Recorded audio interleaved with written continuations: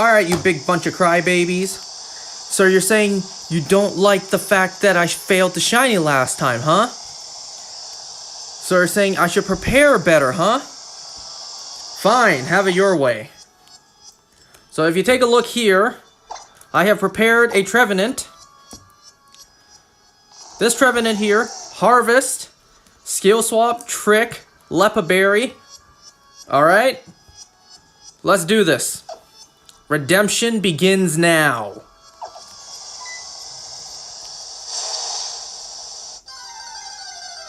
This is primarily one reason why I didn't play this yesterday, why I didn't shiny hunt this yesterday. Because yesterday I spent all day preparing that Trevenant. And I'll explain why it was so difficult to in just a moment. Aside from that, yesterday I also had to bathe my dog. And then yesterday night, because my sister wasn't home, I decided to use the TV. And last night I watched Sonic the Hedgehog 3 at long last. I finally watched the third Sonic the Hedgehog movie. I'm so sad I didn't get a chance to watch it in theater. But I finally gave it a watch. It came out on digital 2 days ago, and I watched it last night.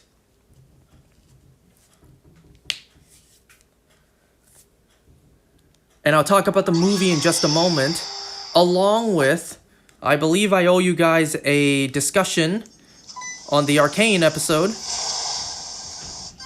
So that's all I have to discuss for today, Sonic 3 as well as Arcane. I didn't watch any The Boys or Secret Level.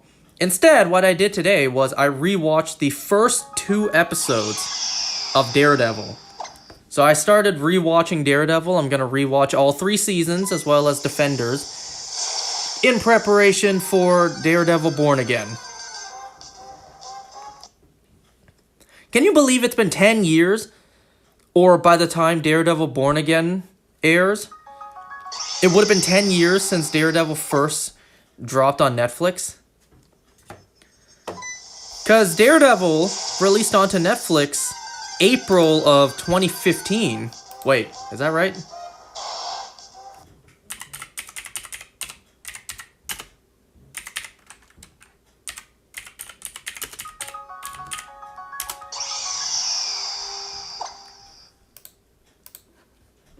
When did season 1 come out? Yeah, April 10th. April 10th, 2015. So basically 10 years when, you know, Born Again comes out in March.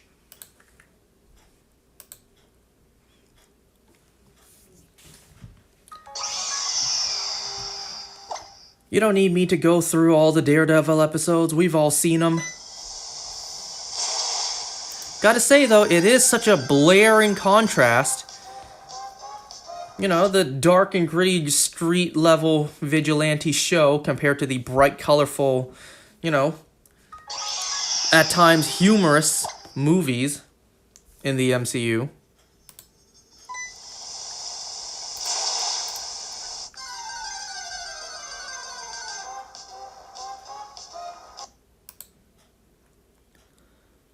Alright, so let me get started by explaining how I got... Wow, that voice crack. How I got this Trevenant.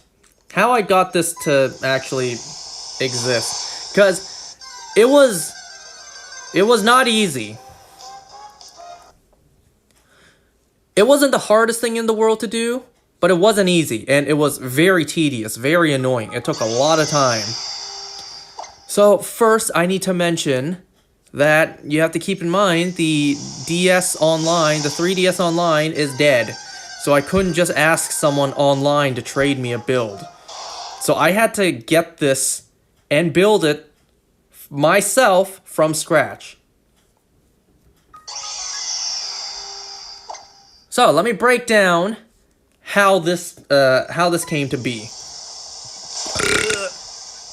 So, Harvest is a hidden ability.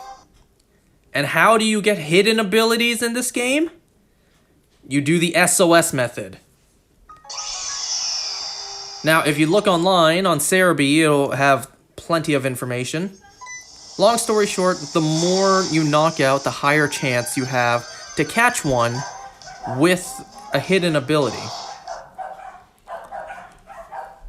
Although I'm pretty sure from what I've seen online, it caps at 30% when you knock out 30. So you knock out 30 in the SOS chain, and then you have a 30% chance to catch one with the hidden ability. So I went into this, I spent a couple hours simply just even trying to get to, not even chain of 30, I was trying to get to a chain of 10. After like a couple hours of trying that, yeah, I gave up and I tried a different method. Because I didn't really want to, catch something else to build, to catch this, to build. Because I saw online you could catch I believe a hidden ability Pangoro. The hidden ability would allow you to hit ghost types with normal types moves, I think. But that is also a hidden ability, and Pangoro is also an SOS only encounter, unless you catch a Pancham and evolve it. So I didn't want to SOS chain something else for the hidden ability, only to SOS chain what I needed with the hidden ability. And because Phantom is a ghost type, I can't hit it with False Swipe. And you really want to hit it with False Swipe because of how annoying it is with Leech Seed and Ingrain constantly healing itself back up. So what did I do? Instead, what I did was I looked up what Pokemon learn the move Soak. I went to Melee Garden and I caught a Psyduck. I had to level it up to level 31 in order for it to learn the move Soak. And then, I used Soak on a Phantom. I used my a Scyther. I almost had Scizor. So yeah. I got a Psyduck. I had to level it up to level 31 to learn Soak. I used Soak on Phantom, making it a water type. That way, I could use my Scizor. Oh my god. My Scyther. I can use my Scyther and use the move False Swipe. And that is how I managed to actually get the SOS chain to work. But that was only getting it to work. I still needed to catch something with the 30% chance of a hidden ability. And I didn't feel like also preparing something to tell me the ability, something with like a trace ability. So I went in blind. So every time I knocked out 30, I would catch something, hope it has a hidden ability. If not, I try again. I knock out another 30, I catch, no hidden ability, try again. So it was very annoying, it was very tedious. However, I think like 3 or 4 attempts into like knocking out 30 and then catching something, I got the hidden ability. Okay, so now I got the hidden ability Phantom. Next up, I need to level it up. Because Latias is level 60. It'll one-tap it. So I needed it high enough level to not get one-shot. So, what I did was I went to Pony Grove, I did the Chansey SOS chain, and just farmed for EXP.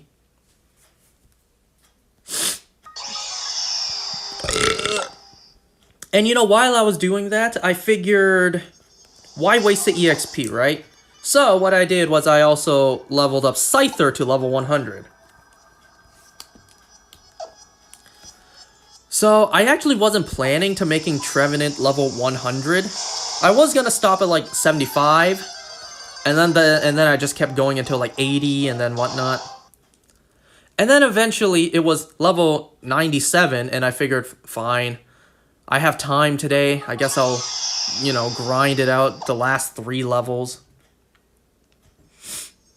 And all it took was just over 2 rounds with Chansey. 2 rounds and a little bit more with Chansey. And what do I mean by a round? Well, by my definition, I mean I SOS chain Chanseys until I run out of PP until I run out of PP to knock them out. So then, you know, I go back to the Pokemon Center, I heal up, and then I battle Chansey's SOS chains again until I run out of PP on all my Pokemon. So it took 2 rounds of that, plus a little bit more, just to level it up to level 100.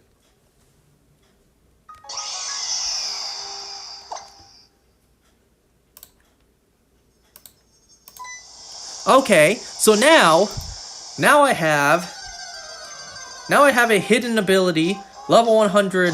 Well, actually, I evolved it first. I leveled it up to like 80 something. I was gonna call it there. I traded it and I evolved it, and then I figured, oh, I have time today. Or last night, whatever. I have time, let me just level it up more. So now I had a level 100 hidden ability Trevenant. I need the moves. I need Skill Swap and Trick. How do you get those? By tutors in the game.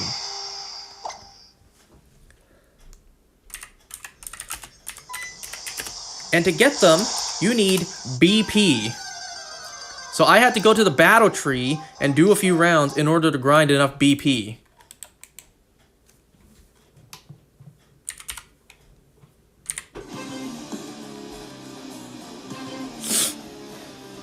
And that wasn't the hardest thing in the world.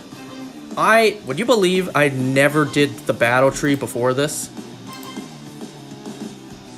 Today was my very first time ever doing the battle tree because I simply didn't care to do it before.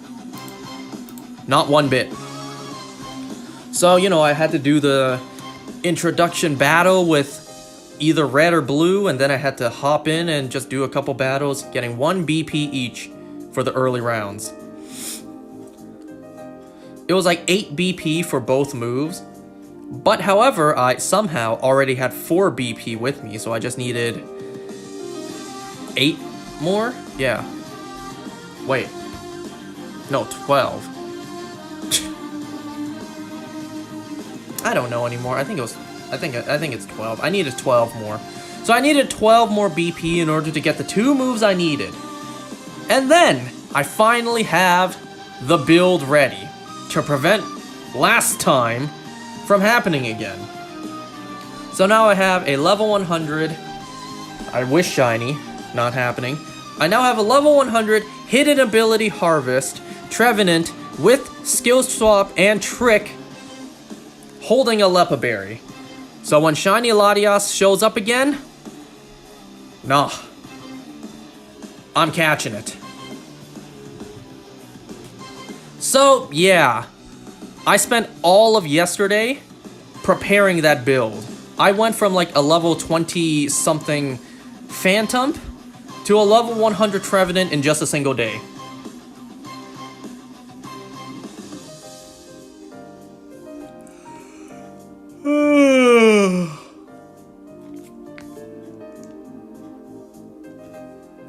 And like I said, that's one of the reasons why I didn't shiny hunt this yesterday, was working on the strategy, the build, the Trevenant build. I also watched Sonic 3 last night, as well as I bathed my dog.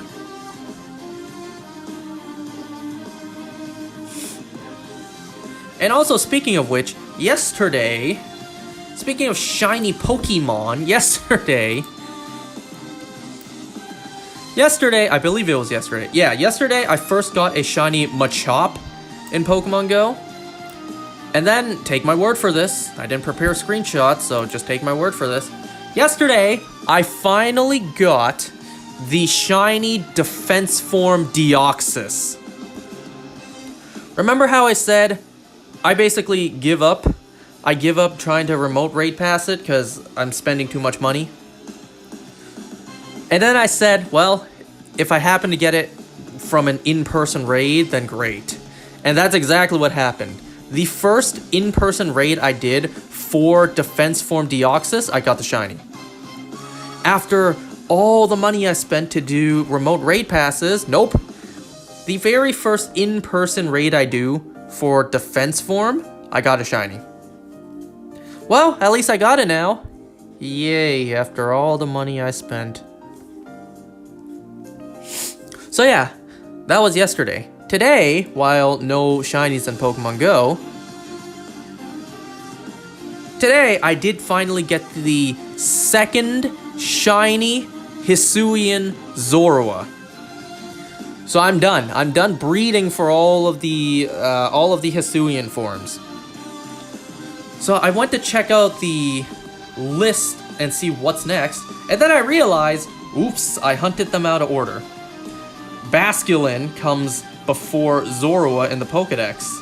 Whoops. So I was supposed to hunt for 3 White Stripe Basculins before breeding for 2 Zoruas. Oops. Oh, you know what? At this point, oh well. Whatever. I already hunted everything out of order anyway, so like, whatever at this point. You know, I'm not going to hunt for 2 more shiny Zoruas just to get the dates in order. Nah, I'm not doing that.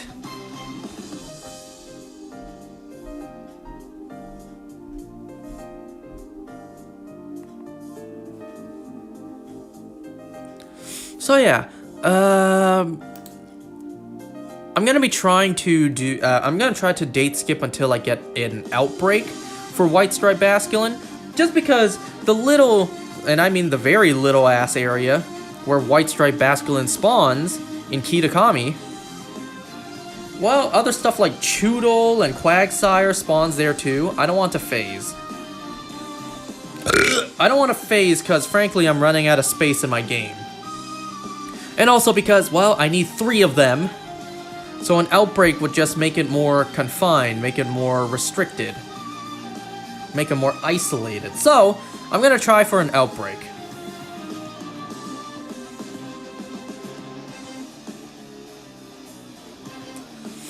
So yeah, I'm going to need 3 White Stripe Basculins. That's what I'm hunting for next. And then after, I believe it's going to be 2 Goomies for Hisuian Sliggoo and Goodra.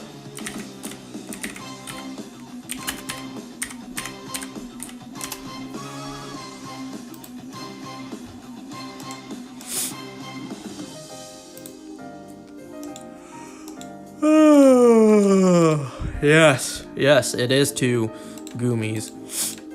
Now remember, the reason I said that hunting for White Stripe Basculin out of order doesn't really matter at this point, because I already hunted everything out of order. You know what, I can show you. I can open my Switch, I can show you. But just a second, I need to put in the game.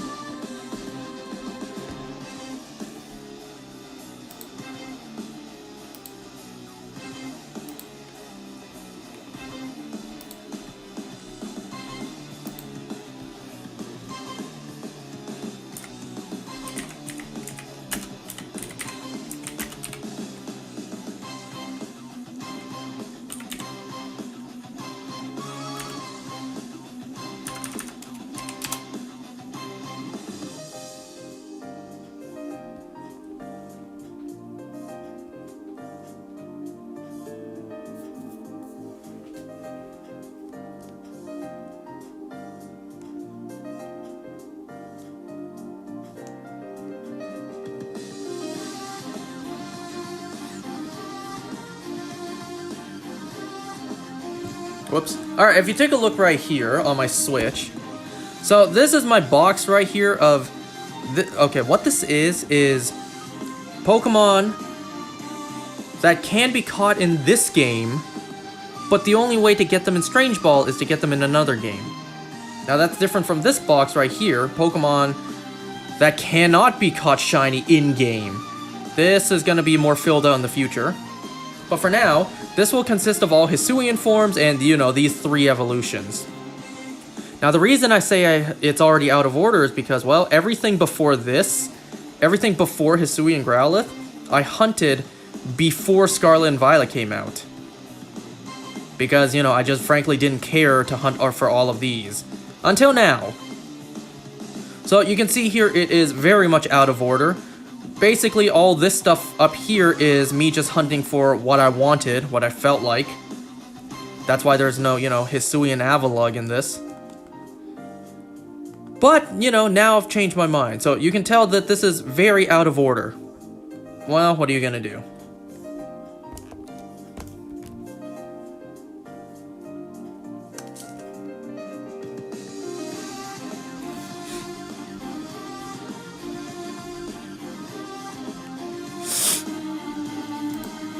So yeah, I'm gonna continue to try to day skip for a for a White Stripe Basculin outbreak in my Violet game.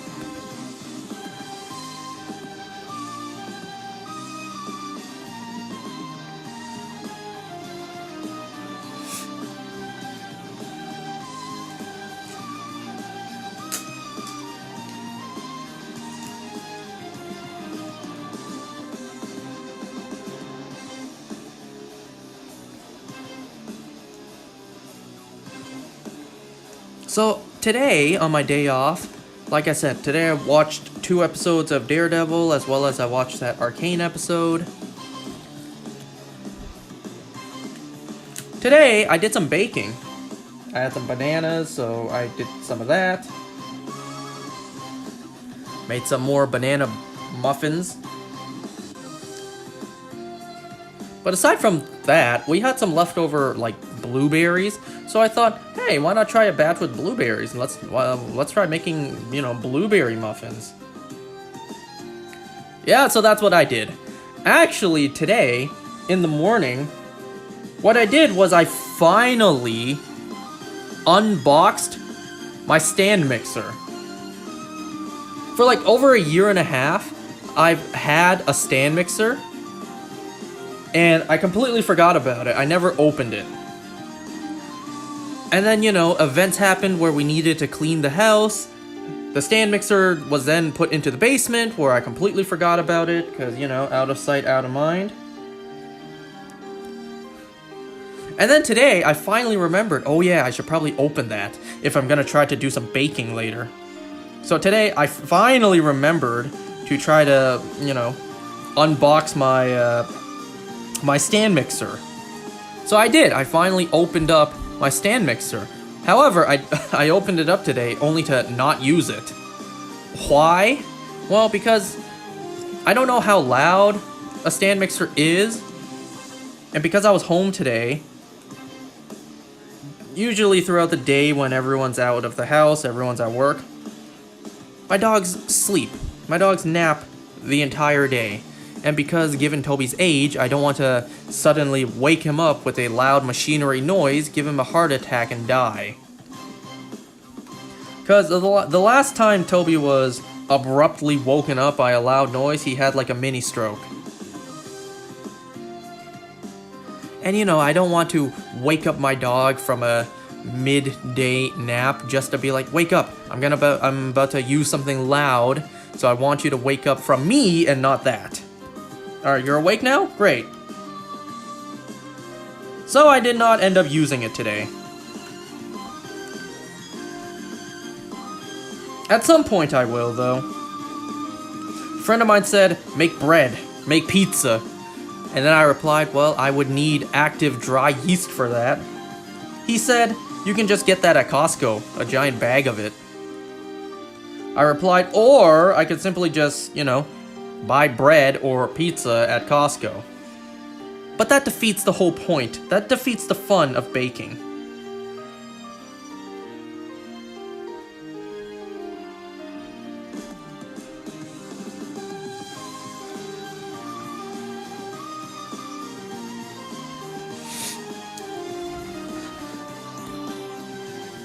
Alright, so right now on the side, I'm also day skipping for a White Stripe Basculin outbreak. I'll talk about the movie in a second.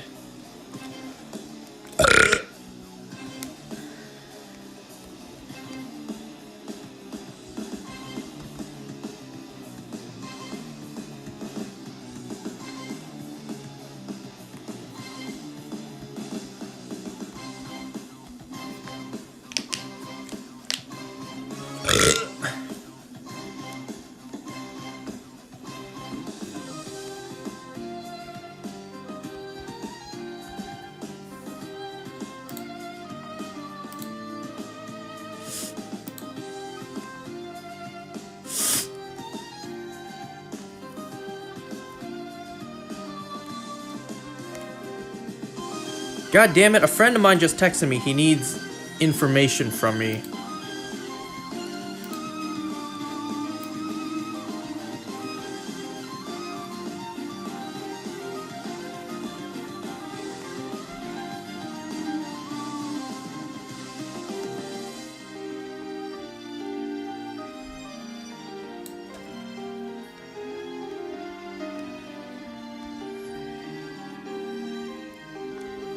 Alright, give me a second. I'll be right back. I need to grab stuff.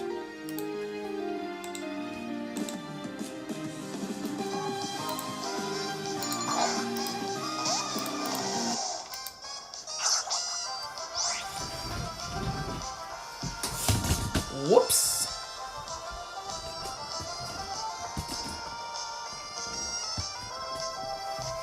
Ah.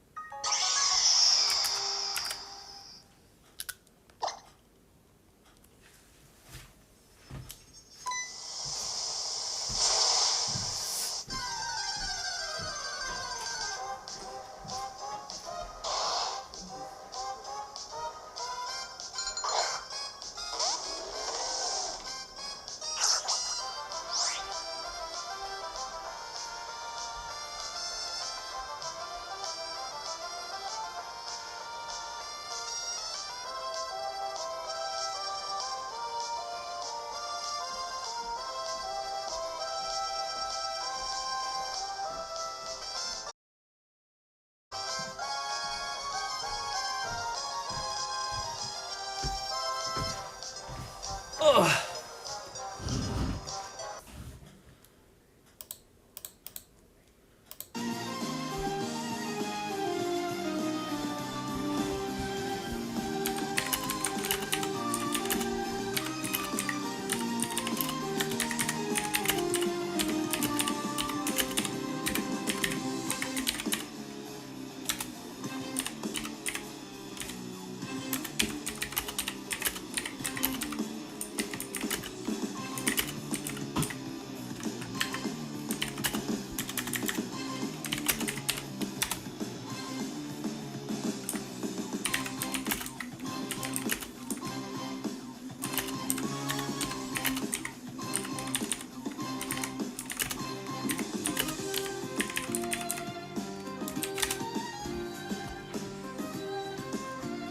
So you guys want to hear how I completely screwed up our friend group's trip?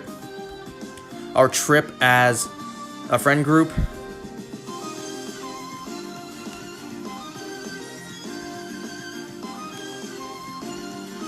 So my friends and I are planning a trip to Japan. Yes, that would mean I'm going to Japan 2 times this year.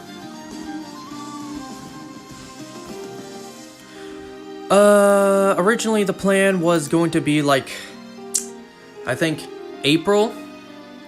But then conflicting schedules. It then got moved to July, so it seems like we're going to Japan as a group in July.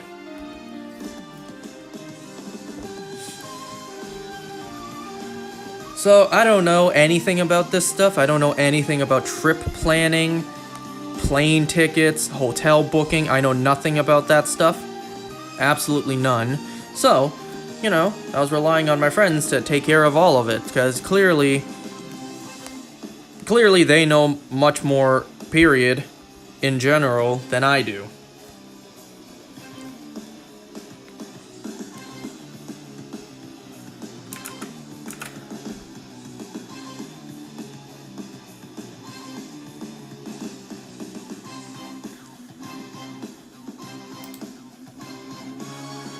Anyways, so because I don't know anything, all I know is basically the price tag and a rough idea of where we are going. And also because, you know, parents, no matter how old you get, they're still gonna be concerned for you no matter what.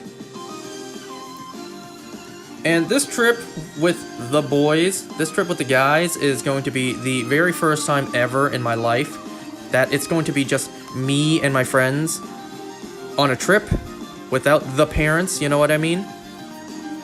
So naturally, they're concerned. Yes, they would like me to go out and explore the world, but they're also concerned, like, do you have to go that far? What if something happens to you? We won't be there to protect you. We won't be there to help you. That kind of stuff.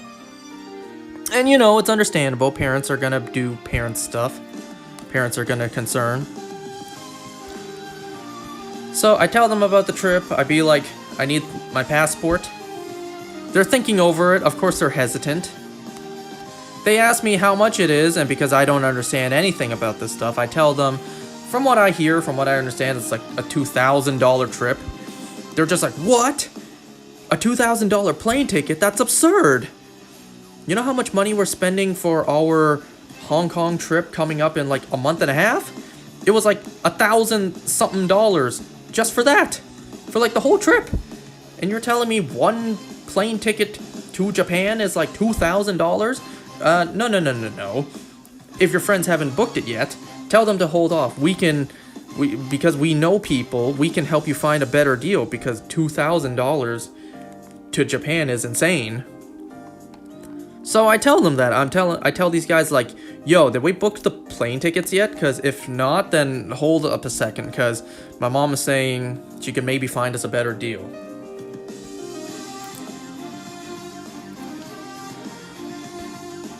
So they send all the information, the paperwork, the plan, trip thing, the layout. I show, well, my sister, who, once again, just knows more in general than me. She says, based on the paper, it's actually $2,000 for the plane ticket and the hotel, like where we're staying at. So that makes it not that bad. Not that bad compared to just a $2,000 plane ticket alone. And then other expenses on top of that. So, a couple people looked at it. They're like, it's not that bad actually. It could be better, of course, but it's not that bad on its own. So by the time I told these guys, like, yo, they're just telling us to do what we already planned. Like, it's already a pretty good deal that we're doing already. They're just telling us to go for it. Well, by that time, it was too late. You know, the availability has already come and gone. So now they had to find something different. It's just like, oh, fuck. There I go again, ruining everything.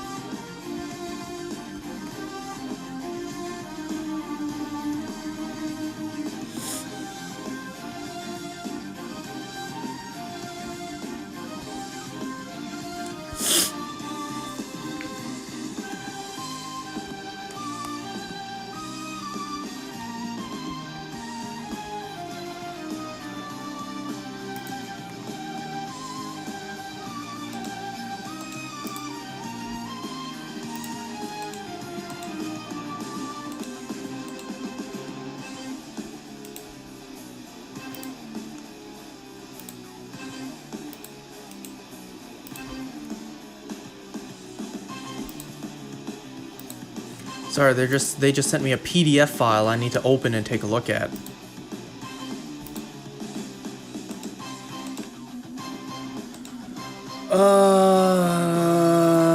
Holy moly, this is a lot of grown-up stuff that I don't know.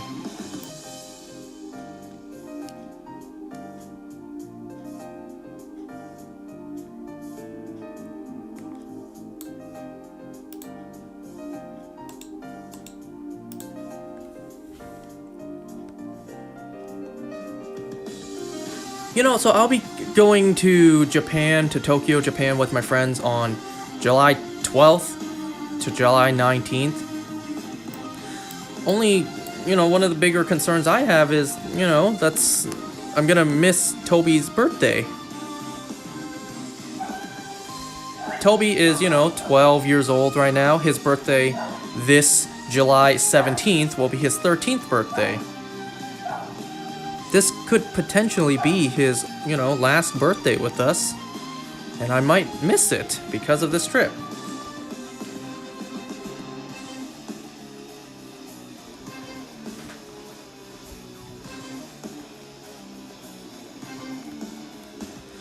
Although I won't miss my dad's birthday, because by the time I get back home, a couple days later, will be my dad's birthday.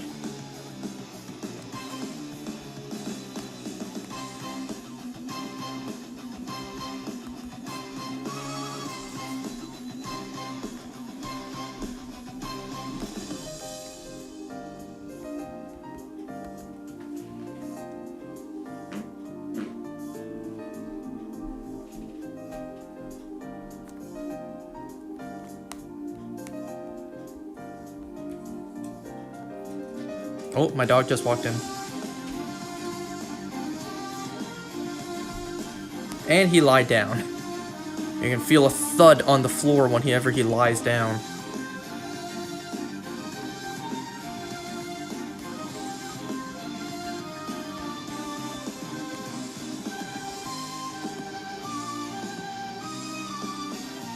Give me a sec once again.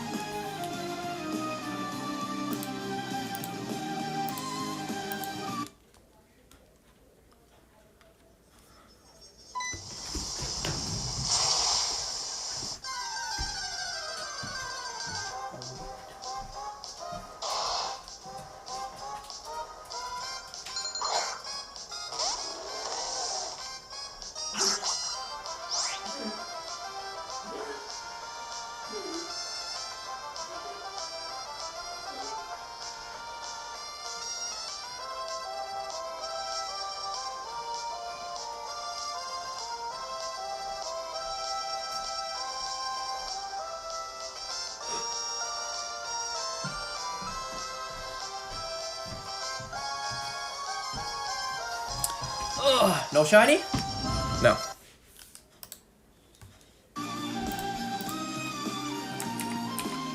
Okay, what other music can I listen to, huh?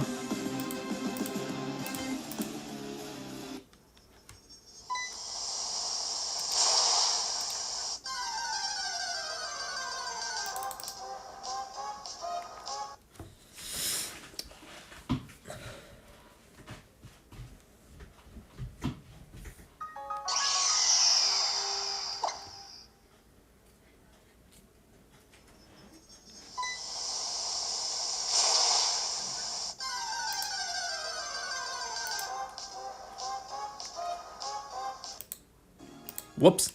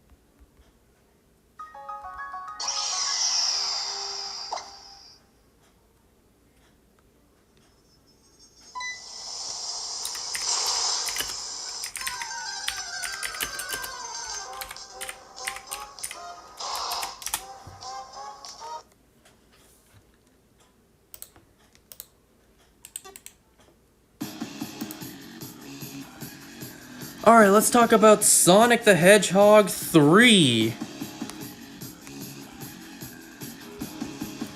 Damn it, I just received news that... Okay, out of my group of 7 friends, 4 of us are a guaranteed yes, we're gonna go. 2 are a maybe, 1 is a no. So it's guaranteed 4 are going, and 2 are a maybe. Ugh.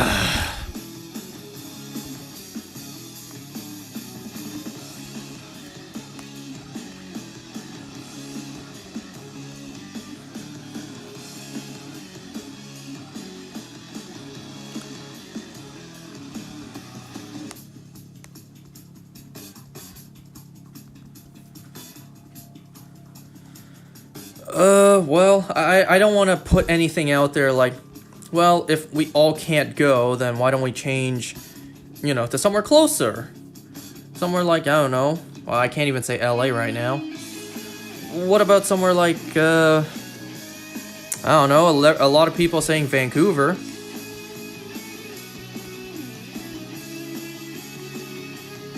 But I don't want to put that out there because we're already so far into planning.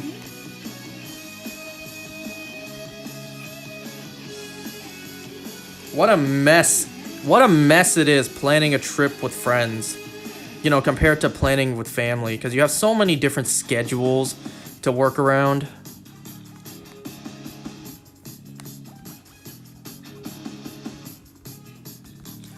Anyways, let's talk about Sonic the Hedgehog 3. So the movie actually opens up with Shadow's escape from Prison Island. And as I was watching, I was amazed just how much of the trailers for the movie was just the first 20 minutes. Making me excited, like, ooh, I really have no idea what's coming up. So, Shadow escapes with the help of someone unknown just yet, though we obviously know who. It was Gerald.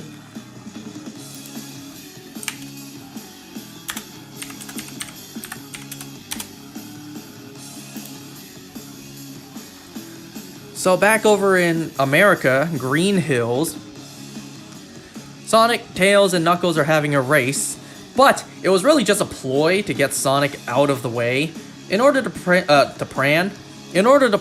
a surprise party for him. Not exactly Sonic's birthday, but it was the day that he came to Earth. His birthday.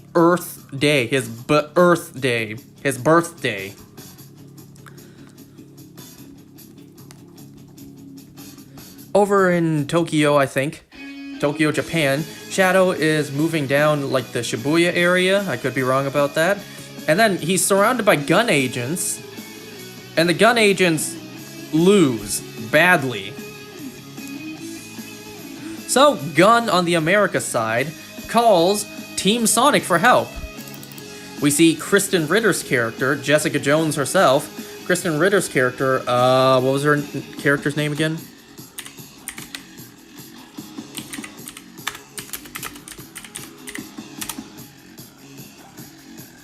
Director Rockwell. She plays Director Rockwell, and she does not like the aliens,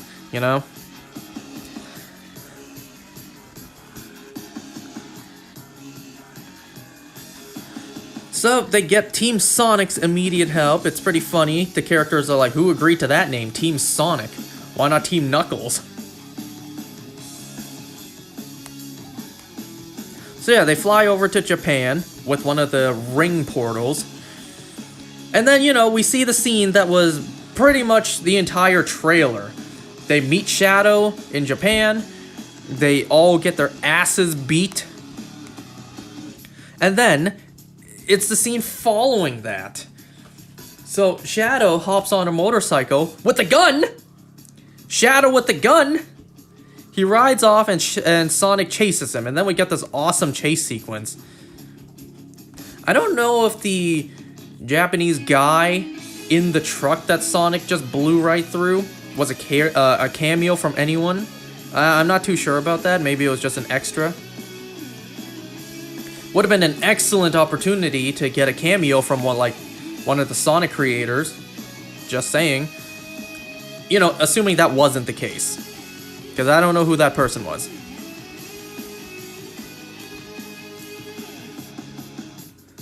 So, you know, Shadow with his overpowered teleporting ability, I kind of wish he didn't really have the ability to teleport, instead just move really fast like Sonic does.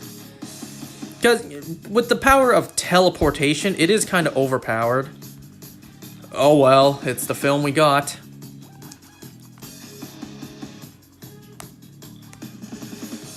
So they clash and then it wipes out the power to the entire city. Tails and Knuckles find him. They need to regroup and discuss their next plan. They go to a Chow Garden. You know, in the trailer, the Chow Garden where Tails gets called Detective Pikachu. Now, what's interesting to think is like, well, what are they gonna do whenever they, or if they ever get to introducing live action Chows, like actual Chows?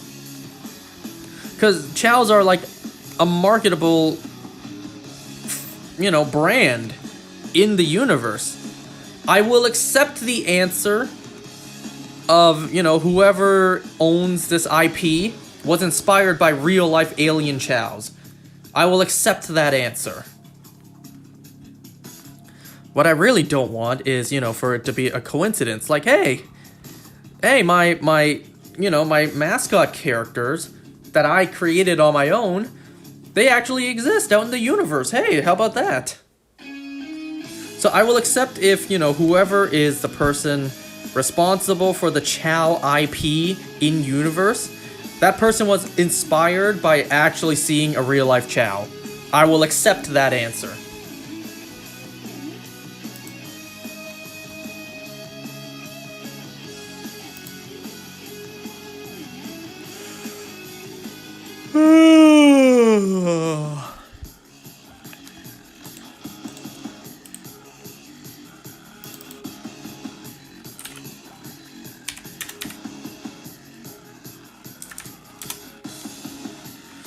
So while they're in the Chow Garden Cafe, Commander Walter shows up. You know, he was a background character throughout the movies. And then he explains to, you know, Team Sonic Shadow's story. How he came from a meteorite 50 years ago, or rather more than 50 years ago. He came to Earth on a meteorite and he was met with, you know, the worst of humanity. Scientists who wanted to study and, you know, harness his power. The thing is though, like, well, that makes me question. Where did Shadow come from, right? Did he come from the same planet as Sonic? And how did he get into that meteorite only for it to crash onto Earth? Right? So it's like, yeah. But I suppose that's not too important.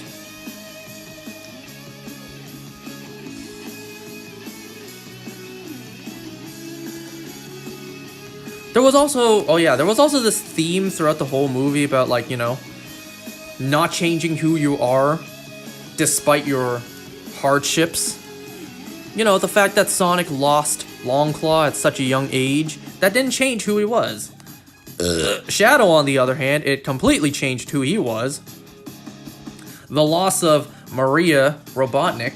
I do want to point out, though, first of all, I want to point out a couple things that, if I'm not mistaken, are changes from the original storyline, which I guess it's okay, you know. First of all, Shadow's origin. Wasn't Shadow created by Gun, like from the ground up? Correct me if I'm wrong. Wasn't Shadow not an alien, but instead created by Gun? So correct me if I'm wrong about that.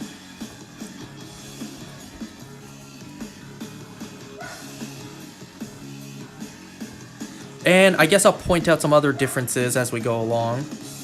So, you know, we learn Shadow's backstory, his friendship with Maria, and then basically at first, it was said that Shadow caused an accident due to his immense power, blowing up the gun facility, and that's what got Maria killed.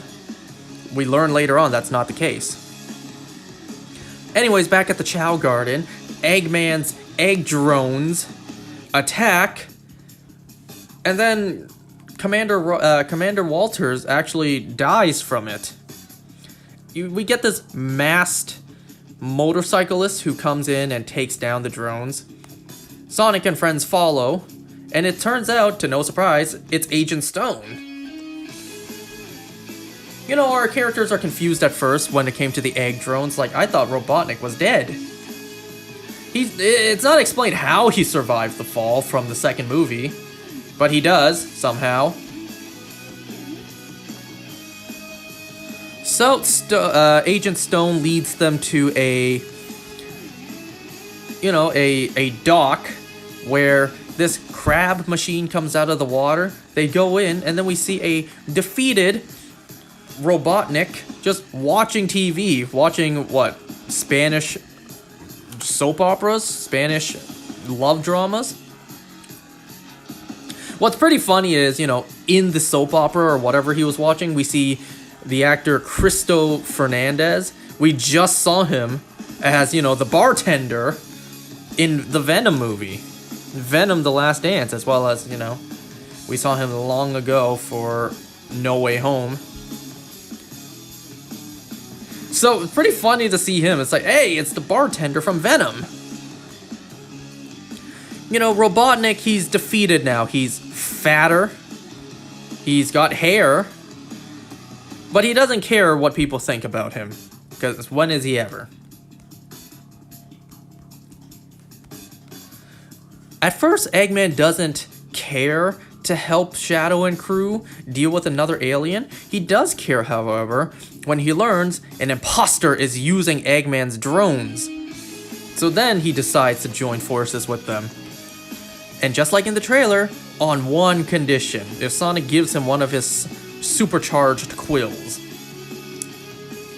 So, he shaves his head, he gets a suit. We get Fat Eggman. Shadow goes back to the location where the gun experiment, the gun facility holding him all those years ago, was, where Maria died. He goes back there, and then he meets, again, Gerald Robotnik. And they're expecting our characters to show up.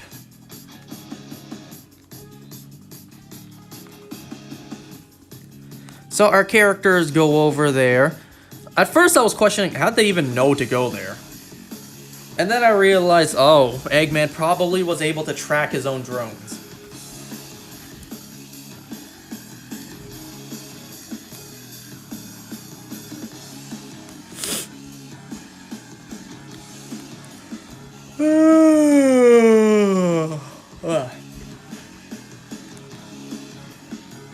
So they show up there, and they have to split up, because everyone doesn't trust anyone. So Tails goes with Stone, Sonic goes with Eggman, and Knuckles goes on his own. Although, there's this, almost stupid sequence where it's Knuckles is afraid of ghosts. He watched Casper the Ghost, and now he's scared of him. Really, Knuckles? It was also pretty funny. Stone just flat out admits to Tails, "You are adorable." He is! One by one, they each get jump scared by Shadow. Sonic gets separated from Eggman, and then Sonic gets got by Shadow. Ivo Robotnik then meets Gerald Robotnik. And I'm just gonna say this here. I don't know what kind of movie magic they did, but it is scary good how well they managed to make two Jim Carreys on screen and how natural they made it feel. It's so easy to forget you are watching the same actor play two different characters. They even had a meta joke about it in the movie. I kind of wish they didn't do that. It kind of broke the immersion a bit. They both said it at the exact same time. It's almost like we are two characters in a movie being played by the same actor, while they both looked at the camera. I kind of wish they didn't do that. But yeah, I don't know what kind of movie magic they did to make two Jim Carreys on screen feel so natural. Whether it be one of them was green screened in, or they had a stunt double and then they basically deep faked his face onto the other body. Whatever they did, it was done really well. You often forget that, you know, it's the same actor playing two characters. That means he had to get into makeup for one, finish all those shots, and then get out of makeup, get into makeup for another character, and then do all those as well. So it really is crazy to think that, well, you're seeing two Jim Carreys on screen. And you have to think too, like, both characters are probably filmed at way different points. You probably had the Ivo Robotnik Jim Carrey stuff filmed like months in advance, and then I don't know, 2 months later, then you put in the Gerald Robotnik scenes, and then you really blend it together. How's the shiny hunt going? Not great. I failed the shiny last time, but I've taken preparations to prevent that from happening again.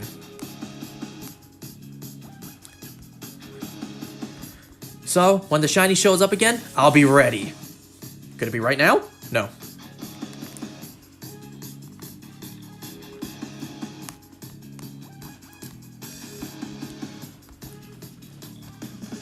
Oh yeah, that's right. One storyline, Commander Walters actually gives Sonic one of the two keys. It's almost like, you know, the two keys to launch a nuke. You need both of them to work. It's more like a key card. So Walters gives Sonic one of the two keys. You're still trying to get yours in Ultra Sun? Best of luck to you. Hopefully you don't fail it like I do. So now everyone is after the second key. The Eggmen want it, and Sonic's team want to get it to stop the Eggmen from getting it. Well, you saw it in the trailer. They escape. The Eggmen escape. Shadow creates a small black hole, and then they manage to get out by the skin of their teeth with one of the ring portals.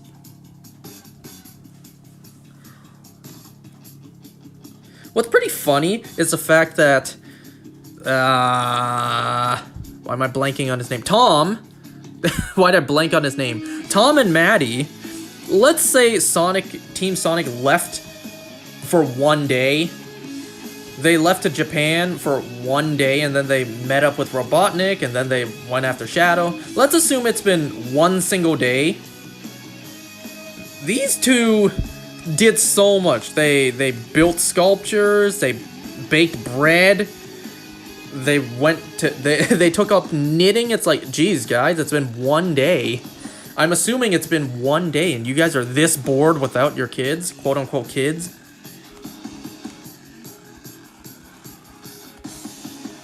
Anyways, I'll catch it. You will catch it with a Beast Ball or a Master Ball. Smart. If one doesn't work, do the other.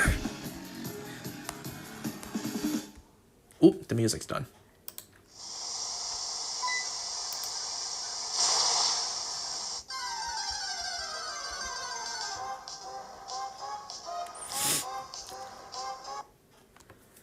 I am also on the side, on the Switch, you know, date skipping for a White Stripe Basculin outbreak. I don't even know what the odds are to get the outbreak you want. I imagine it's pretty low. Because, you know, what are the odds of you getting the outbreak you want at the spot you want? You know, it's not like there's a concrete number, say there's 1 in 1,000 chance you get the one you want. Like, it's pure randoms. I don't want to say it's 1 in infinite, because then I'll never get it.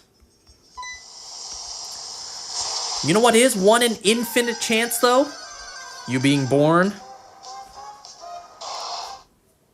I think that's basically it. Ain't that crazy to think there is a 1 in infinite chance that you were born? Like, there simply isn't any odds for that. It just simply happened.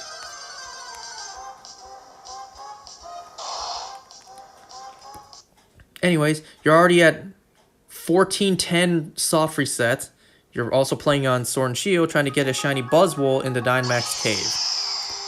Oh man, I got a Choodle outbreak where I wanted. I don't want a Choodle outbreak, I want a Basculin outbreak.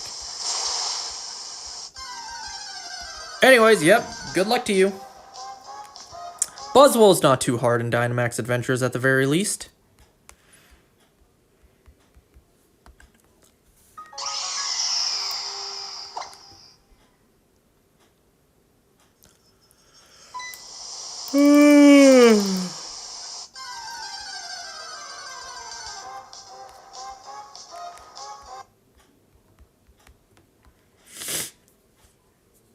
Hold on, let me see. What other music can I put on?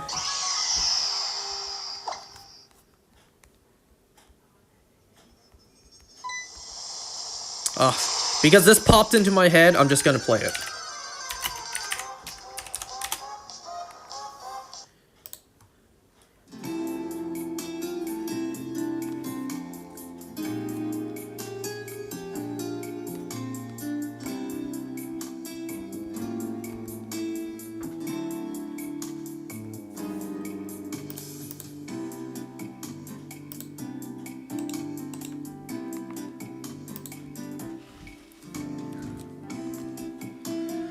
Anyway, so back to the movie.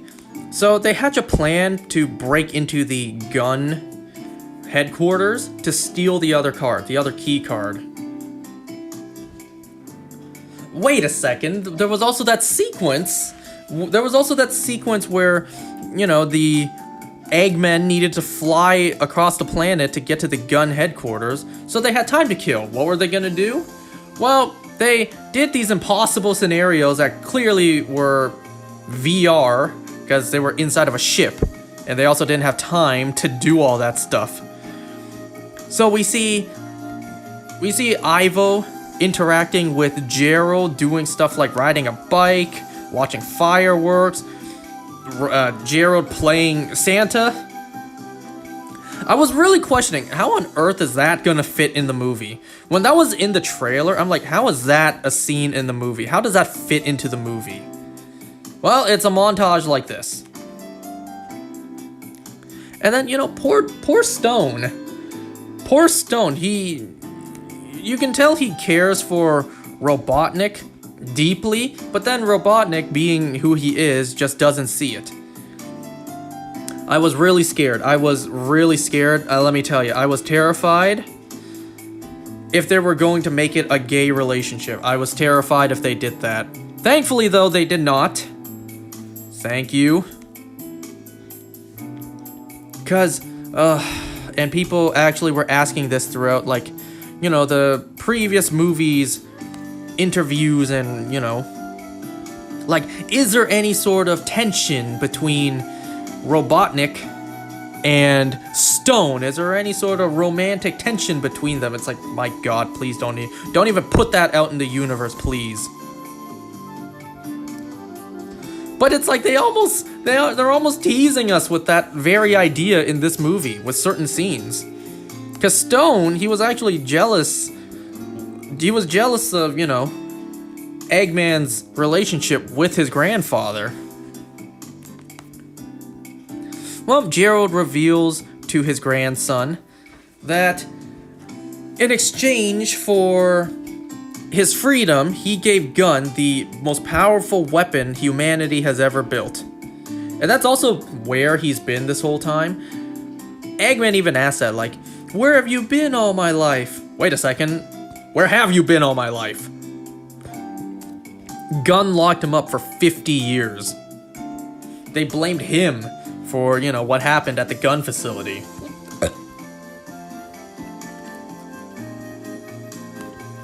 So yeah, so Gerald basically gave Gun the blueprint schematics to build the Eclipse Cannon. So throughout the years, Gun built it for him, and the only way to get it working is both key cards, both keys. Well, Shadow took the first one from Sonic when he had them chained up. So now the Eggmen are also on their way to London, where the gun headquarters is at, to get the other key card. Sonic and team are on the way as well, trying to prevent them from getting the second key card.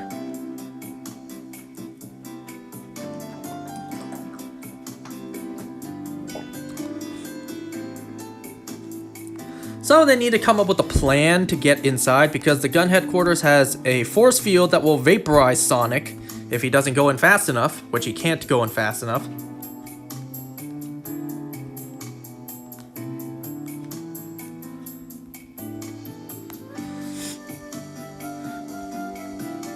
So the only way to take down the force field is for someone to infiltrate from the inside, plug in a USB drive into the main server to shut down the power and the force field. So what do? Tom and Maddie, they actually go undercover. And this is game changing, what they have, what Tails has developed. It is game changing. Where they can basically change their face, voice, overall appearance to anyone they want.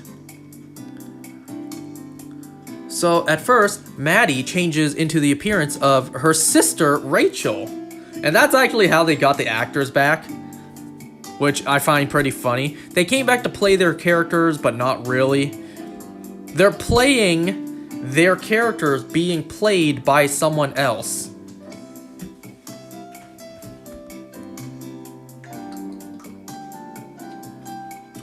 So Maddie turns into her sister, Rachel, and then Tom becomes her husband, Randall.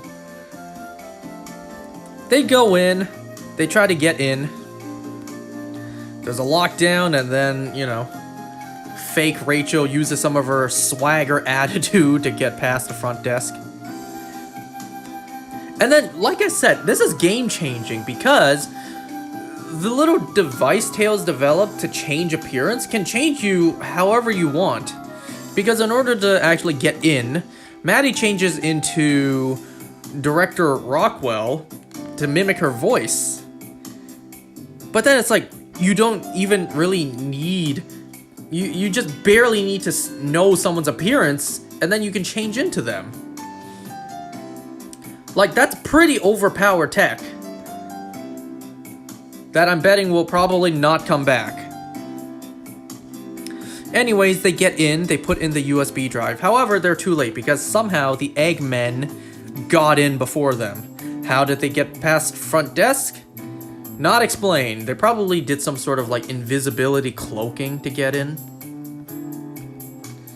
So they need to get past a room with lasers that will chop them up to pieces. And, this is another part of the movie where it's like, wait a second, that's kind of stupid. So first of all, both Eggmen wear reflective suits that will reflect the lasers off of them, thus, preventing the lasers from killing them. So they have this dance-off, which I will admit was kind of goofy and kind of fun to watch, but it's just not Eggman, I just cannot see Dr. Eggman from like the cartoons or the video games ever doing this. Ever doing a dance sequence with his grandfather. Like, it just doesn't feel like Eggman to me. And aside from that, another thing I found stupid was they're not wearing masks. They're not wearing any protection over their face or head in general. So what if they encounter a laser pointing slightly higher up? Wouldn't the laser just chop their face off? I guess they were extremely lucky the lasers only aimed for their torsos and lower bodies. And once again, I don't know what kind of movie magic they did, showing two Jim Carreys dancing on screen so smoothly, whatever movie magic they did.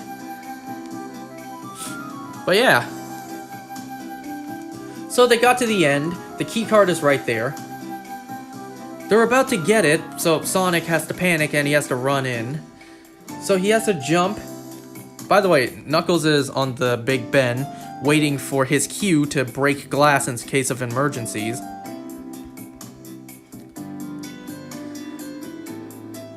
So Sonic, realizing that the bad guys are about to get the thing they need, he has to go. He has to run in and try to beat the force field, but he doesn't. He's not able to go fast enough.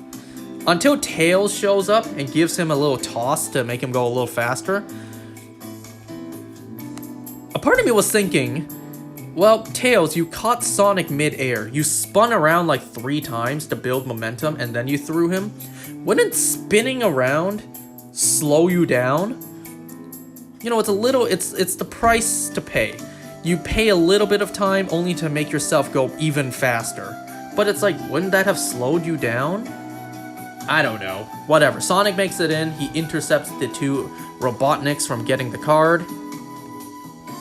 And then it turns out to be a trap, because that room has gravity manipulation put in.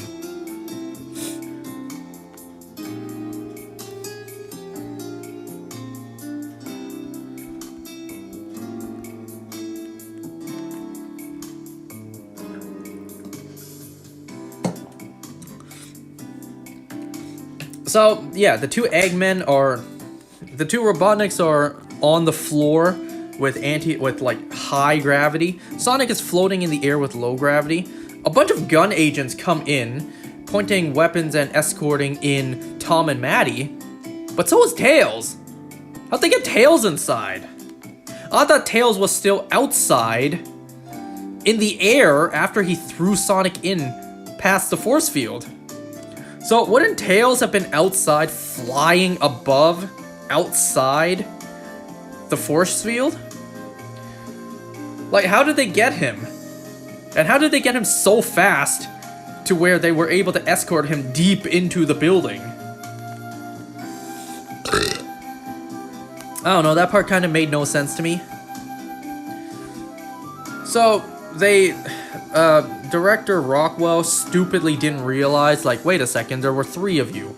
There's a blue one, there's a yellow one, where's the red one? She didn't realize, like, you know, one was missing. So Knuckles does his Fists of Fury or whatever they were called in the Knuckles show. He breaks in just flat out through the force field and then through the building roof itself. He gains control of the gravity controller, he breaks it, and then gravity goes crazy. Thanks to the ceiling that Knuckles broke trying to crash into it, you know, there's now rubble and debris, there's like piping about to fall onto Tom and Maddie because they're stuck on the ground thanks to the high gravity, and the gravity's pulling it down. Sonic needs to muster up all his strength to, you know, go fast and break through the boulder, saving his friends.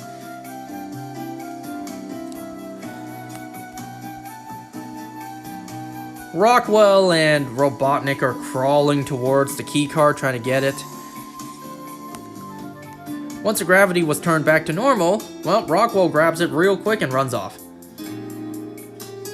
Why the Eggmen didn't just run after her, I don't know. But hey, Tom does.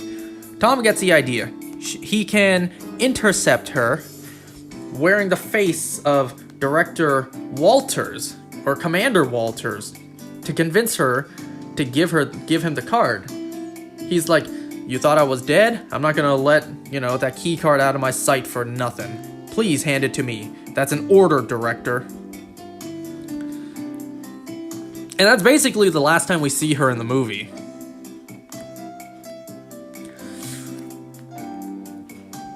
So Tom, still wearing Commander Walters' face with the key card, is, you know, getting out of there. But then Shadow teleports in front of him. And one moment I haven't mentioned yet is the fact that Shadow was incapacitated for 50 years, and the person who did that to him was a young Commander Walters, so it was him. Shadow's mistaking Tom for Walters because he's wearing his face, delivers a swift, heavy blow straight to the gut. Not realizing it wasn't Walters, Sonic shows up, sees his friend severely injured, unconscious. He's getting angry.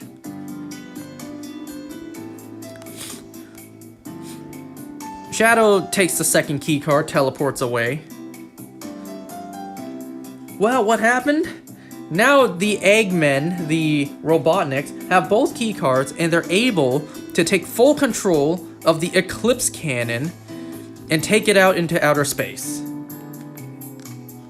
While that's happening, Tom gets taken to the hospital, so we don't really see him again until the very end of the movie. Sonic, filled with rage over what happened to his friend and borderline adoptive father, he needs the strength of the Master Emerald to take down the Robotniks, but our characters made an oath. The Master Emerald is too dangerous to use. So they made a vow to never use it again. Sonic right now is breaking his oath. He needs the power of the Master Emerald. Only Knuckles knows where it is.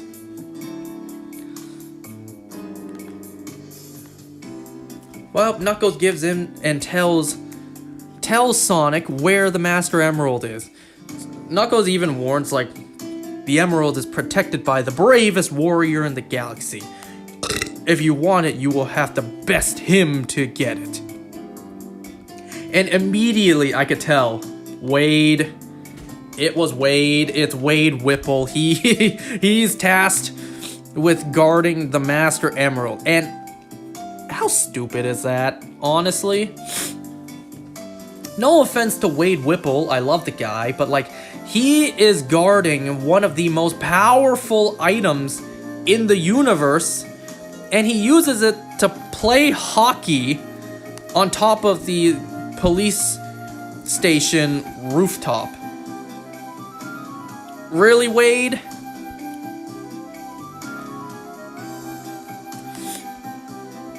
So Sonic swiftly takes the Master Emerald from him with no inconvenience. I gotta say, like, it was nice to see Wade in the movie. I wish he had a bigger part. You know, we love Wade Whipple. He's awesome. He's a lovable character. As if we didn't get enough of him during the Knuckles series. I just wish he had more screen time in the third movie. And also, I was a little disappointed to see there were no references whatsoever to the Knuckles series.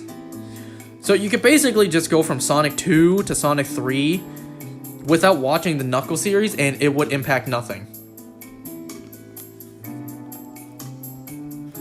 Like, it's just a bonus if you want extra content or not. So yeah, he gets the Master Emerald from Wade, and then he immediately powers up the Supersonic with the Master Emerald, aka the 7 Chaos Emeralds, which I still don't like how they utilize the Chaos Emeralds in the movies. First of all, the Chaos Emerald should exist separately from the 7 Chaos Emeralds. So changing it to where the 7 Chaos Emeralds make up the Master Emerald? No. Why? And also, I don't like how small the Master Emerald is. The Master Emerald should be enormous. It should be, the height of a full-blown person. Instead, it's the size of, like, a basketball. Why is the Master Emerald so small? It's supposed to be much bigger.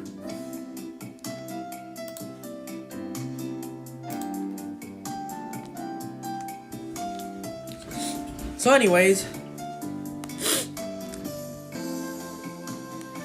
up on the Eclipse cannon that is hurtling to the outer orbits of planet Earth, the two Robotniks, first of all, get suit upgrades. They get I almost said comic accurate. They get their game accurate suits. Eggman finally gets his red game costume, and then Gyro just basically gets the same thing but white. While I like the suit designs, I really wish it was just plain and simple. Why were there so many lines and wirings going throughout it? Why can't it just be simple, smooth, easy? Why'd you have to complicate it with all that useless additional lines on the suit? I don't like that design. Aside from that, the overall design I like.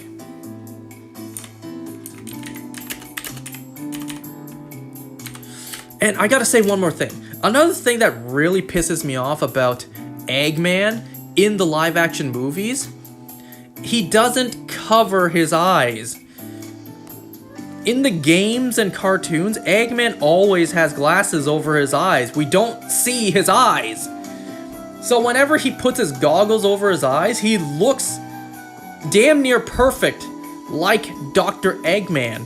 But without it, it's just off-putting. I don't feel Eggman when he doesn't cover his eyes. So yeah, I don't like that. I don't like that the entire time during the movie, he never covered his eyes once. Which, such a missed opportunity. He covered his eyes briefly in the second film, but like, it wasn't enough. And also, he wasn't fat during that. And also, why was he wasn't fat enough in this film? I'm nitpicking a bunch of small details, but like, while I like that he's bigger, I wish he was more round. And I wish he covered his eyes. Like, you were so close to perfection, and yet, if not for these small details, you would have had it spot on.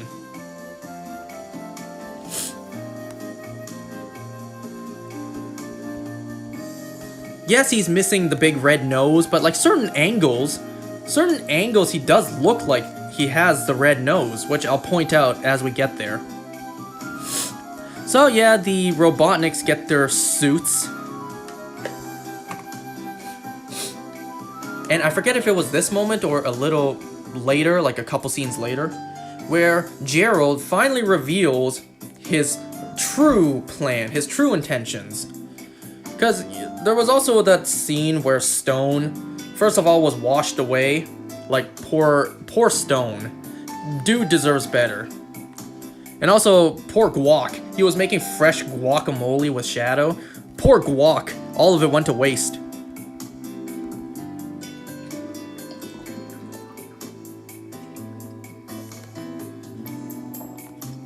So Stone gets the idea that, thanks to Shadow and some stuff he said, that Gerald isn't being completely truthful with his grandson, and that they have an alternative plan, an ulterior motive in mind. Eggman doesn't believe him, so then he basically just fires Stone and goes off with his grandfather. Here, Gerald reveals his true plan. It's not to, get revenge, because their initial plan was also to destroy the gun facility, the gun headquarters with the Eclipse cannon. And then, destroy any other place that they want. No, so Gerald's plan isn't to destroy simply the gun headquarters. It isn't to piss on the moon. It's to destroy the entire planet, including themselves. The Eclipse cannon, when fully charged up, would actually destroy the planet, and the blast would kill them as well. We learned this after he convinces Shadow to embrace his anger and use that anger to run around charging up the Eclipse cannon with his chaos energy. And we also get the flashback to what really happened with Maria. Gun came, they were going to take Shadow. So Gerald, Maria, and Shadow were running away. Gun shows up.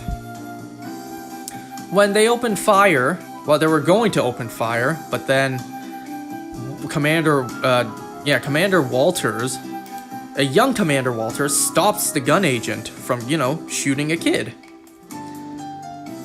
That bullet instead hits a container filled with Shadow's chaos energy. It explodes, and that explosion is what killed Maria.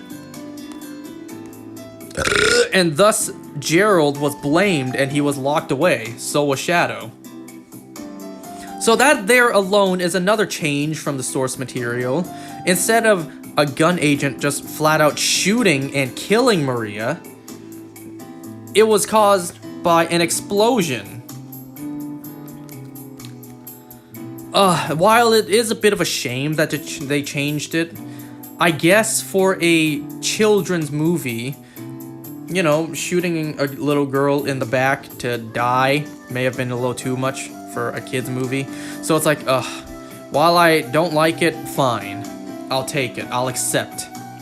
I'd rather what we had initially, but since that's too edgy, that's edgier than Shadow himself, fine. Fine, I'll understand why you changed it.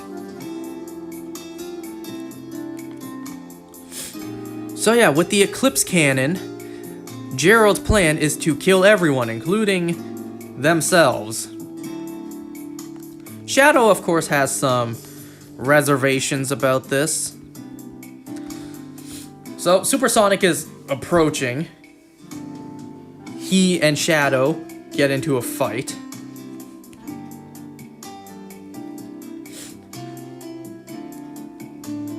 So, Sonic and Shadow are fighting elsewhere. They're flying around and fighting.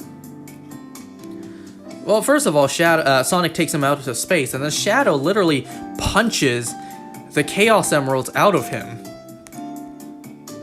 In a scurry to get back the Chaos Emeralds, well, they both get it. So now we have Supersonic versus Super Shadow. And they are zooming across the planet at an impossible speed fighting. We get to see from, you know, the Eclipse Cannon's perspective how fast they are moving.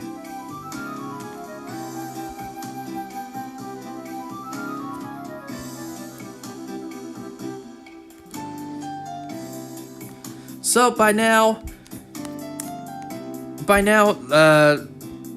Eggman realizes that his grandfather doesn't really have any love for him.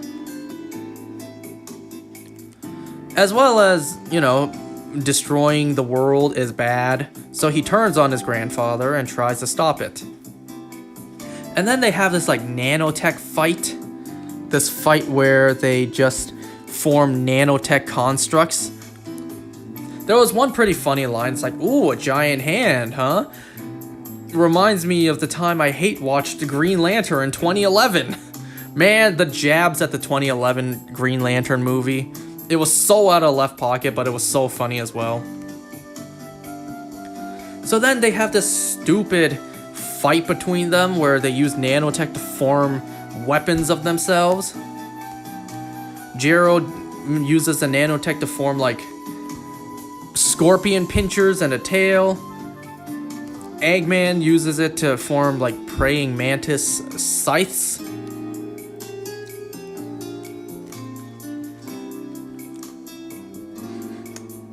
It's actually pretty funny. Gerald uses his big ass hand, his big ass metal hand, to spank his grandson. Well, Eggman gets a drill from literally nowhere and then drills his grandfather's foot. Gerald, you know, gets the upper hand. He's about to kill his grandson by sending him down into orbit. Literally launching him out of the spaceship. But then, you know, Tails and Knuckles saves him with a ring portal.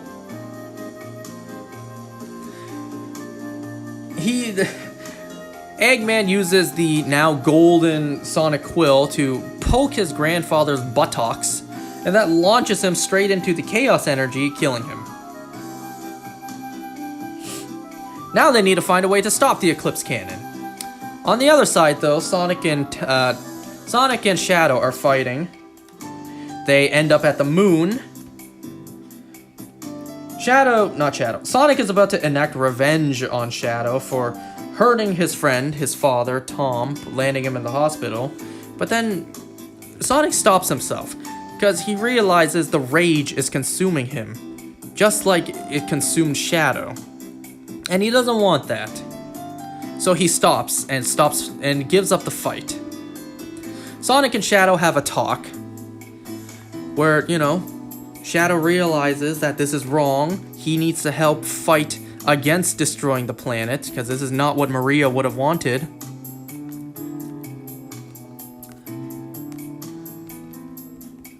You know, they both team up.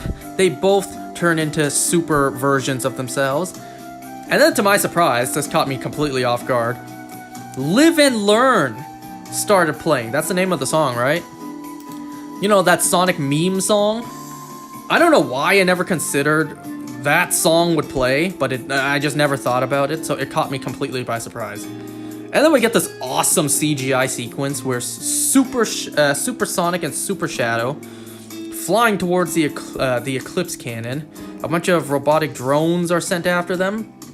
Oh wait, I set this out of sequence. By this point, Gerald's not dead yet. That happens after.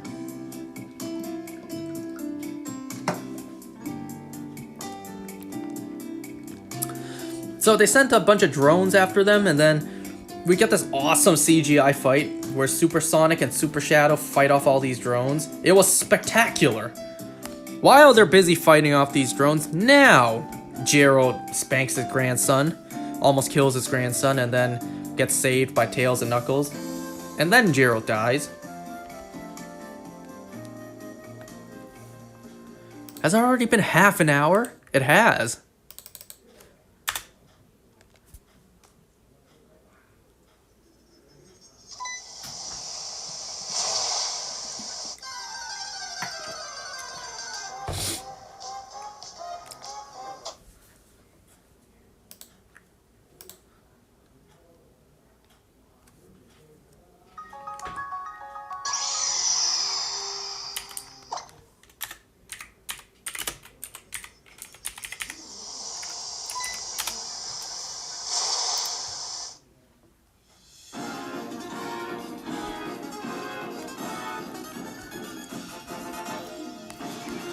Okay, so yeah.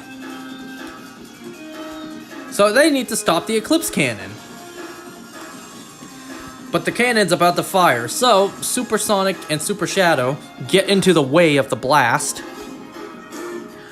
So giving them time to be able to move the cannon's trajectory out of Earth.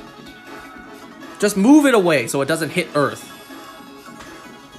While that's happening, well, Sonic can only absorb so much before, you know, the super wears off, and then he starts falling down to Earth. Tails needs to go down and help him with, you know, the last ring portal that he has.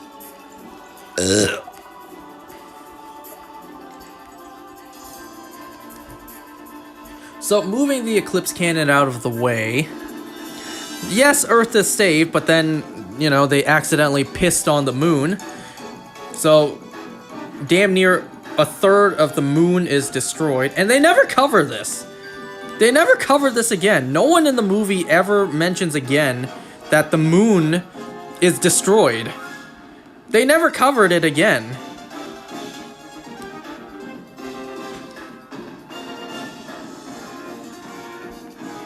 So because of the Eclipse Cannon's cannon, the reactor starts overloading, and then the entire Eclipse Cannon base starts exploding. The explosion itself would also do damage to the Earth. It would be like radiated air, acid rain, and everything. An utter apocalypse if the station blows up too close to Earth. So, Super Shadow needs to try to push it away as far as he can. He takes off the rings around his wrists because, you know, they never mentioned it in the film, but we know those are just to limit his power. So he takes it off, then he has full control of all his strength.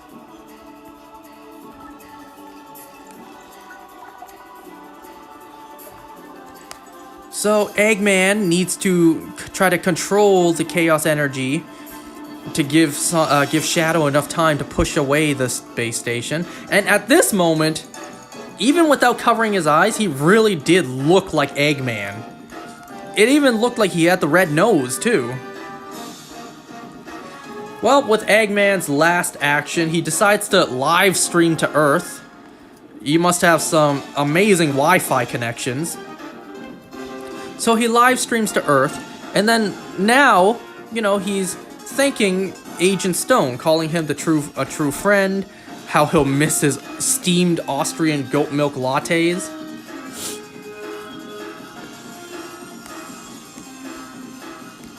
So Shadow pushes the Eclipse Cannon far enough once it explodes, it looks like it created a whole new, galaxy of fire. Sonic and Tails, they're passing out from, the sheer speed that they're falling towards the planet. So Knuckles has to save them as well. And I guess all these guys are just fireproof. They clearly don't need oxygen to breathe. They still need air to breathe, since Sonic almost drowned in the second film. They clearly don't need oxygen to breathe, but they just need, I guess, air or vacuum to breathe. And I guess these guys are also fireproof, because, these guys are burning up when entering the Earth's atmosphere. And it doesn't faze them. It doesn't even scratch them. There's no burn marks on them. They get burned and they get ash and soot all over them from missiles, but coming down onto the Earth atmosphere and burning up upon re-entry? No, that's fine.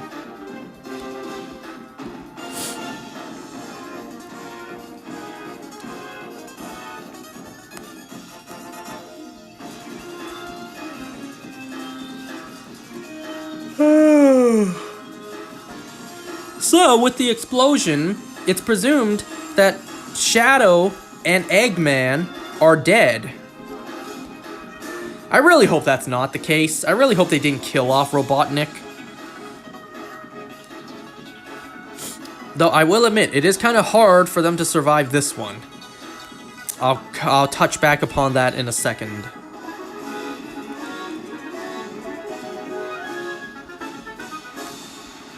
So, it's the end of the movie. Shadow is gone, Eggman is gone, Gerald is gone. Now they can finally have a true family moment. They can finally camp as a family again, and then they do a legitimate real race. Sonic seems to have accidentally... We're getting to, the end credits at this point.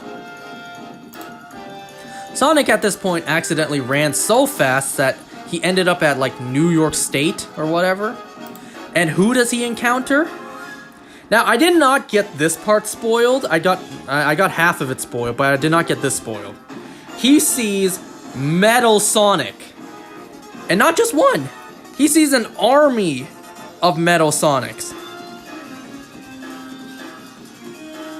Sonic is clearly outnumbered, but he gets saved. He gets saved by none other than Amy. And then that's the end of the movie. Now, I already got Amy spoiled because, the moment this film hit digital, you saw videos online of post-credit scenes with Amy as the thumbnail. So I already knew going in, Amy was the end credits.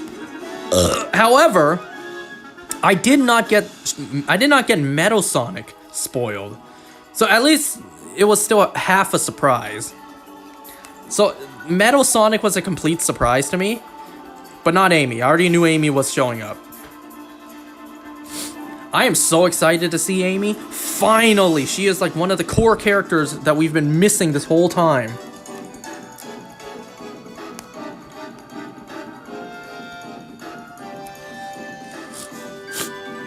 She did not say anything, so they haven't locked in on a voice actor just yet. Yo, Sonic 4 about to be fire. It's gonna have Amy, it's gonna have Metal Sonic, and presumably Shadow. Because the end credit scene, the post-credit scene, we see, a giant crater. We see Shadow's ring, and then we see Shadow's shoes walk up and pick it up. So Shadow survived. No way they were going to make Shadow a one and done.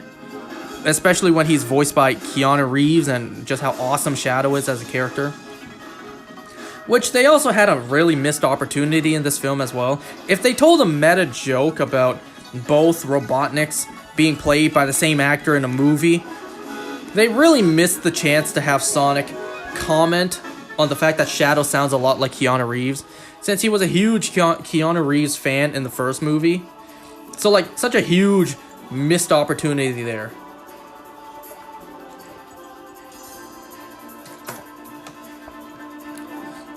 But the end of the movie does indeed raise questions, why is Amy here?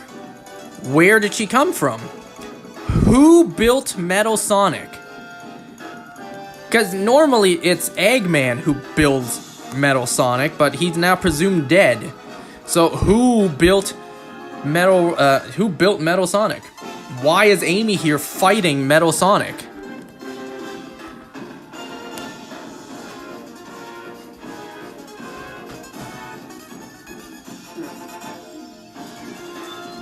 Like, if you ask me, Amy is such a big character. A simple movie, like a 2-hour movie, just wouldn't do the character justice. I think an Amy TV show would actually be pretty good, explaining the character. Kind of like what they did with the Knuckles series. Give me an Amy series.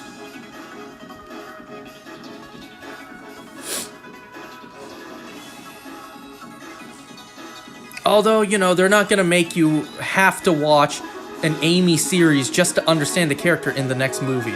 Who are these guys? The MCU? I mean, look at what they did with the Knuckles series, or rather referencing it. They didn't. The Sonic 3 movie referenced the Knuckles series not one bit. So you can skip that altogether if you wanted.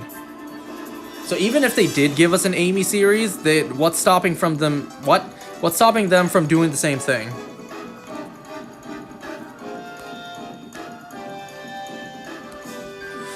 So, you know, there's a chance that Eggman could still be alive, even though that was a pretty big explosion.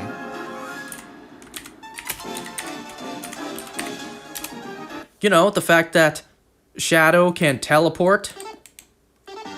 Shadow could teleport.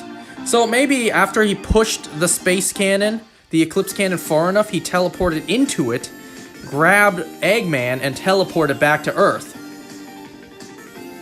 So there's a chance that Shadow could have saved Eggman and he's still alive. I hope he's still alive.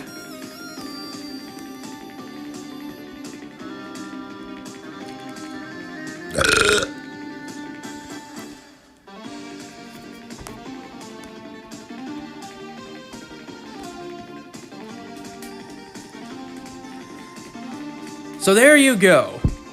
Sonic the Hedgehog 3.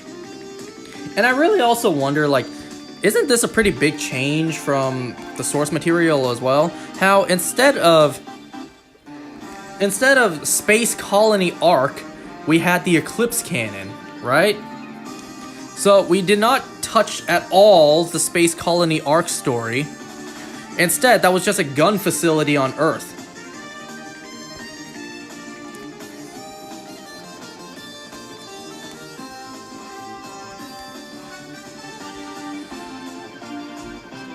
So there was a lot of changes from the source material. I'm pretty sure Gerald is dead, and he died long ago in the game.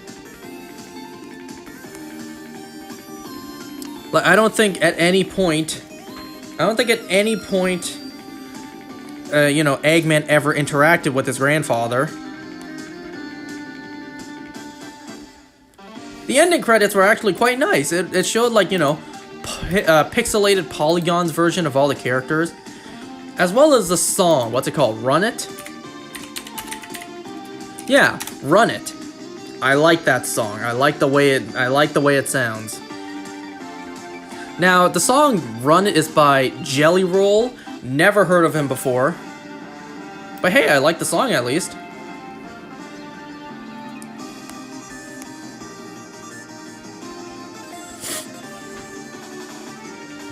So yeah, the end credits were actually quite nice. Oh, my 3DS is almost dead. Oh, let me grab the charger real quick.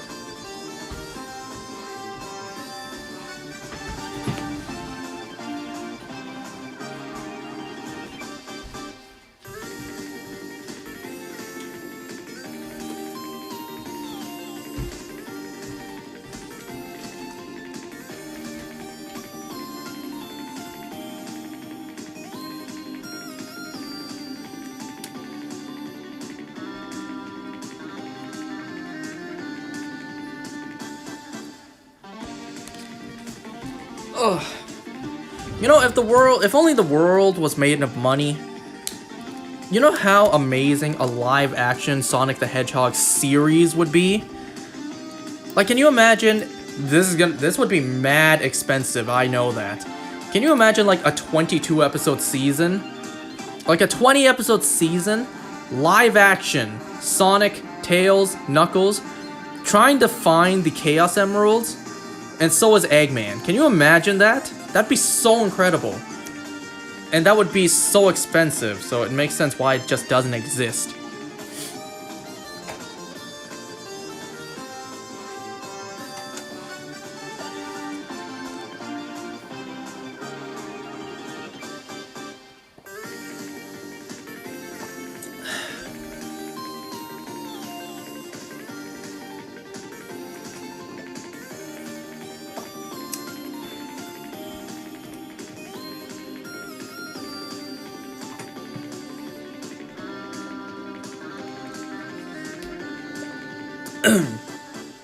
And you know what else this movie just makes me so sad that we still don't have yet?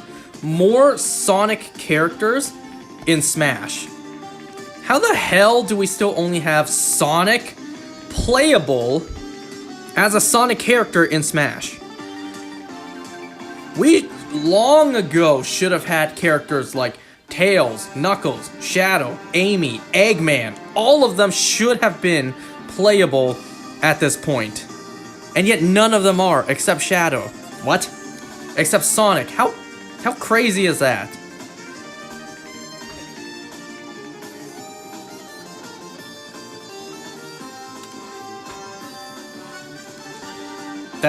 I'm not gonna lie, that's pretty criminal. That's pretty unforgivable, Sakurai.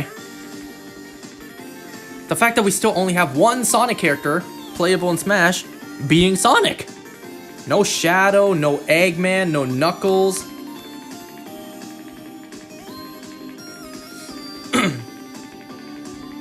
We managed to get 2 Final Fantasy characters in Smash before we got a second Sonic character. How crazy is that?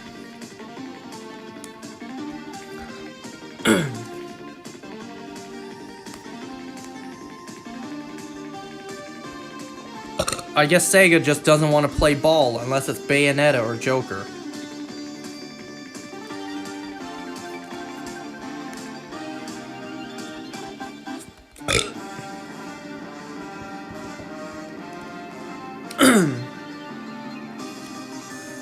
Alright, so I basically just spoke for almost 2 hours, so let me give my voice a little break and then we'll talk about Arcane. This is why I didn't watch The Boys, because it would just be too much to discuss tonight.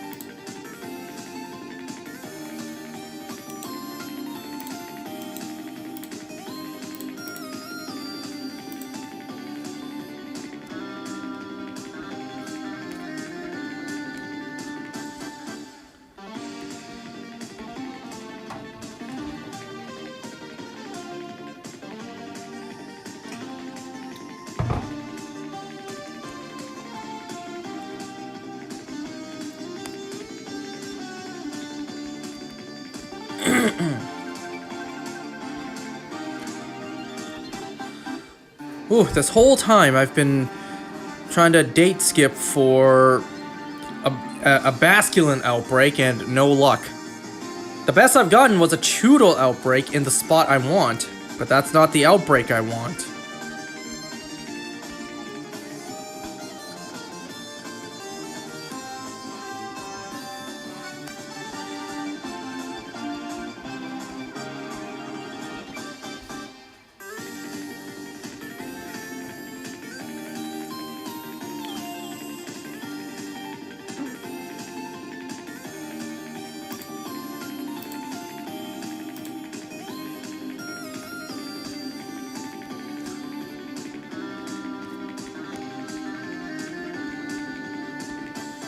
Oh yeah, so something else I wanted to mention, and I forgot to mention this before Sonic.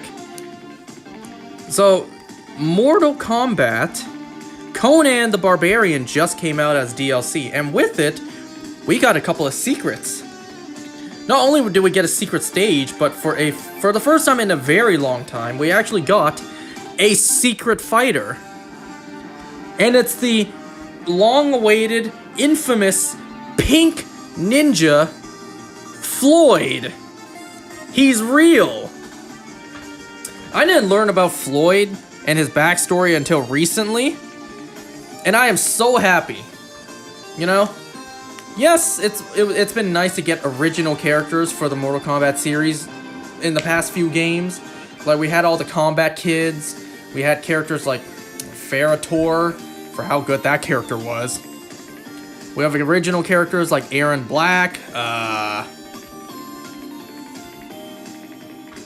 other characters, I guess Gearus is original. Like, you know, seeing some new original characters. But one thing we haven't gotten for a long time is a new ninja. Like, what color scheme could we possibly do? Like, you know, blue is Sub-Zero, yellow is Scorpion, red is Ermac, green is Reptile, gray is Smoke, purple is Rain, tan/orange, more so tan, is Tremor, rainbow is Chameleon, though we haven't seen Chameleon in a long time, black is Noob Saibot. So, like, what color could we possibly do, right? Well, Ed Boon wants pink. And look at that, we finally got ourselves the pink ninja Floyd. He's just a secret fighter for now. So we know nothing about Floyd's backstory. I'm excited. I'm hoping that Floyd will be playable in the next Mortal Kombat game, and I'm hoping we actually learn about him in the story mode. Like, damn near make Floyd the main character.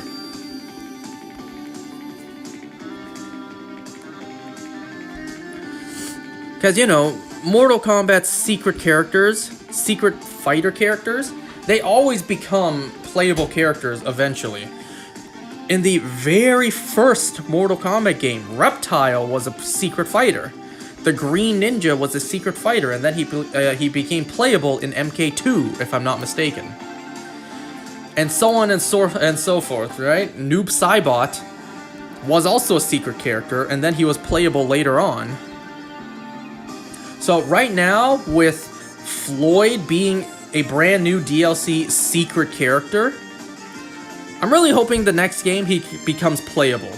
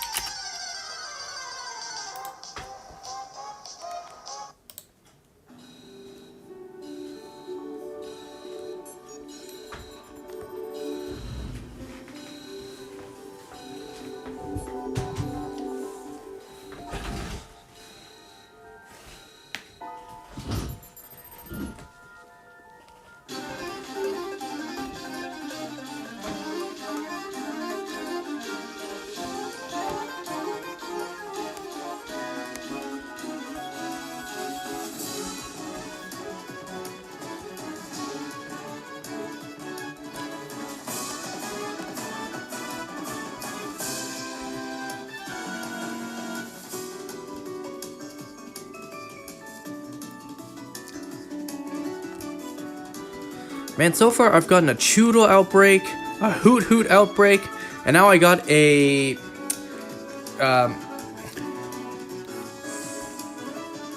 Toadstool outbreak.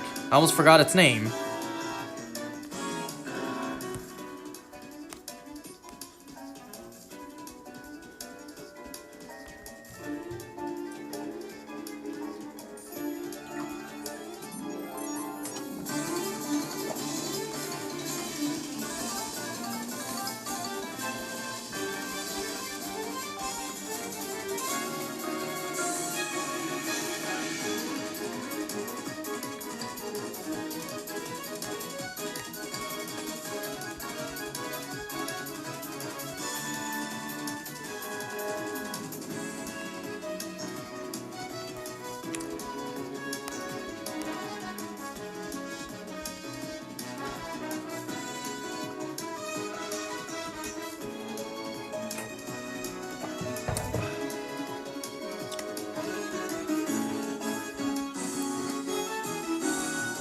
talk about Arcane in just a moment.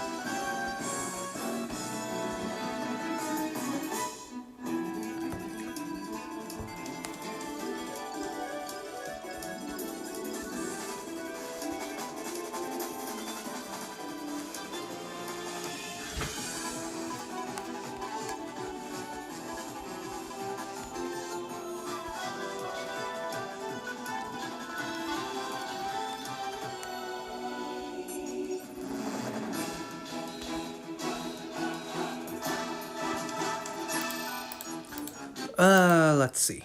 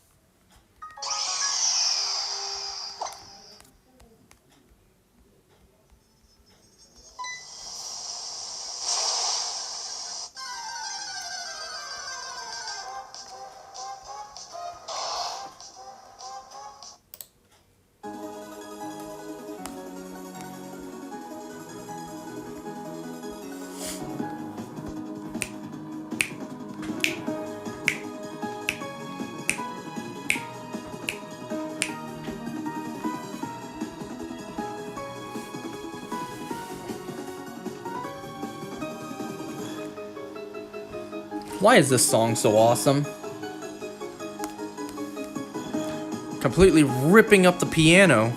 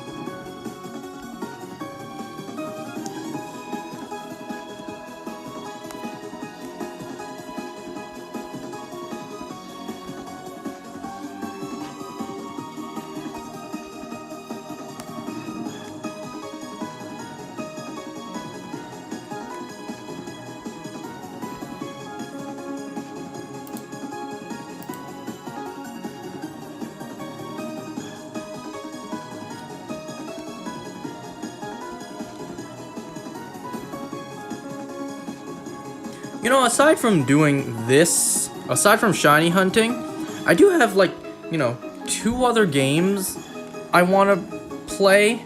Even though it is 2 games I've already played before, it would be me revisiting them.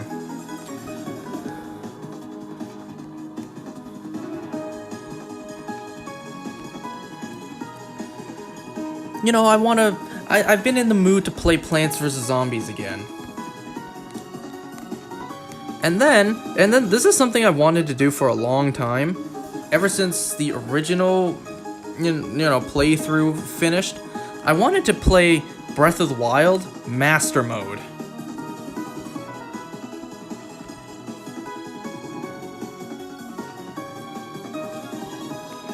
After all that, I got a Stantler outbreak to spawn.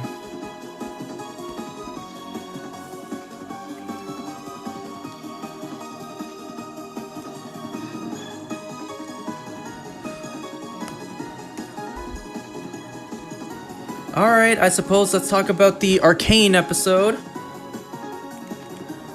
So this would be, I believe, episode 6 of Arcane. So we start off with a flashback to a young Victor playing with a little, like, self-made boat down a little river stream. It's like, be careful, Victor, that's how Georgie died. So, you know, the boat just keeps on going downstream. And then he meets this guy in the cave with this, like, big monster thing. It's gentle, but it has this rare mutation, and it's dying. So this guy wants to keep this thing alive in order to preserve the mutation. Well, present day, yes, Victor is dying. He doesn't have much time left.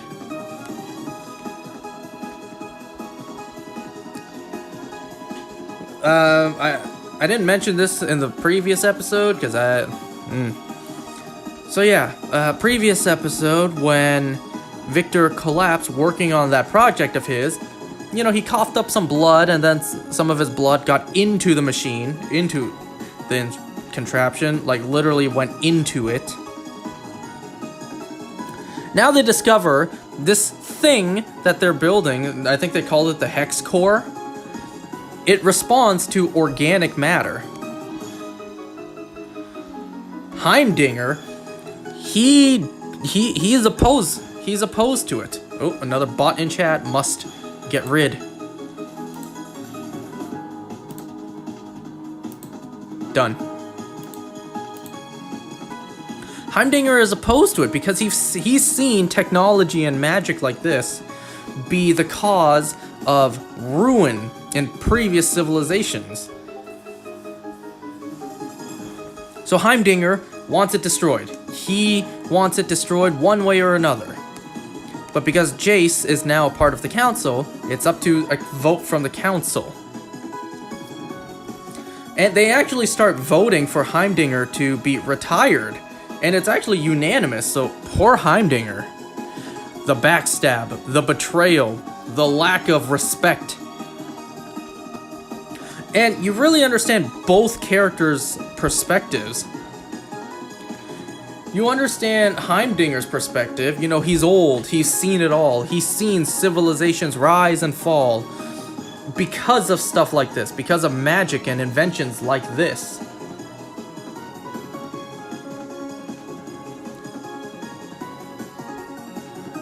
So he doesn't want to see another civilization fall, which you can understand. Like, he's seen all this play out before when it comes to like magic and invention, so he doesn't want to see that happen again, so he's trying to use his wisdom and experience to warn and prevent it. However, you also understand Jace's perspective.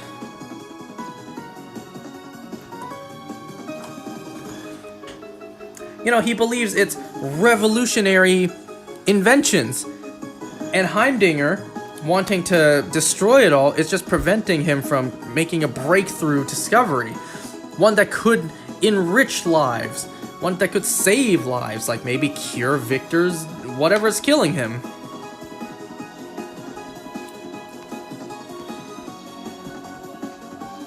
And also, he made a pretty good argument. Heimdinger, I don't know if he's eternal, immortal or not, or if he just has a very, very long lifespan.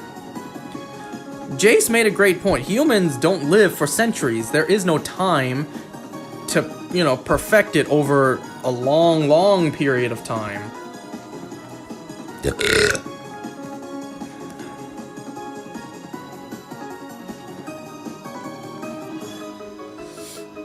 Well, let's see.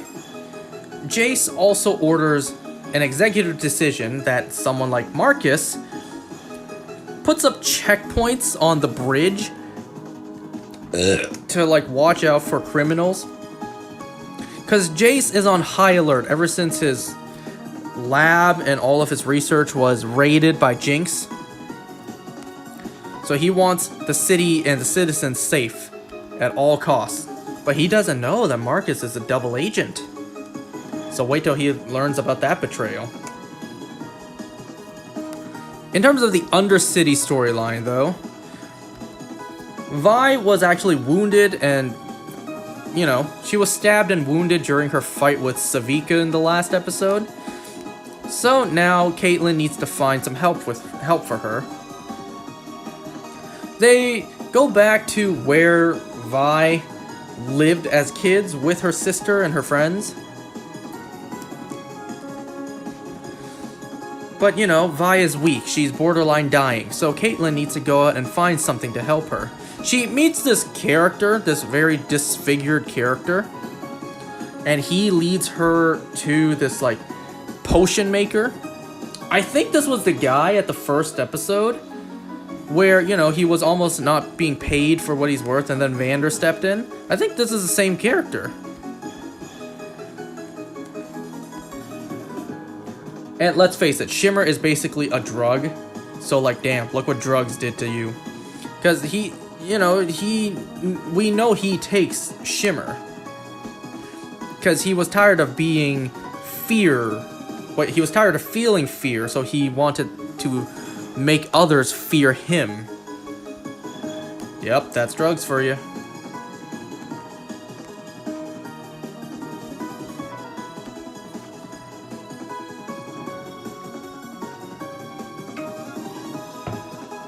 Well, Caitlin trades her shotgun for a potion that'll help Vi feel better and recover. Jinx also captures, ties up, interrogates Savika.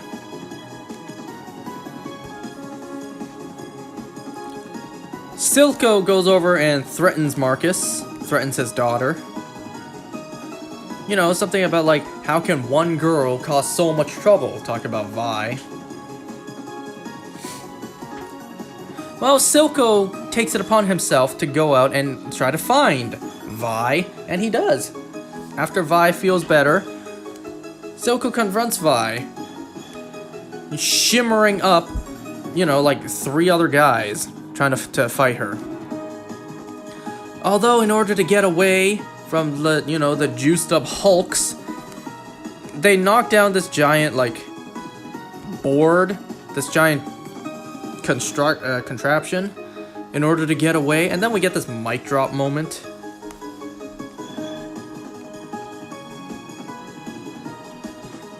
Jinx also fires up a blue flare into the air because she remembers her sister's words.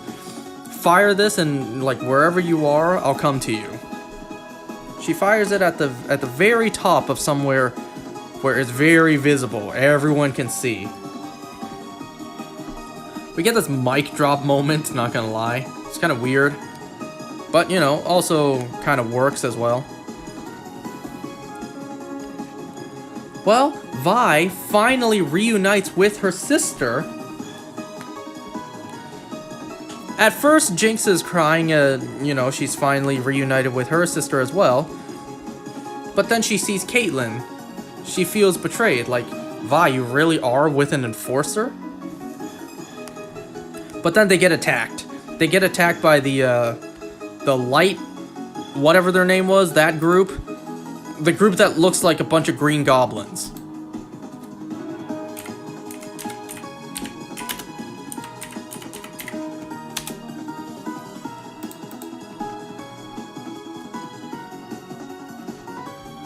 Well, I can't find what the name was.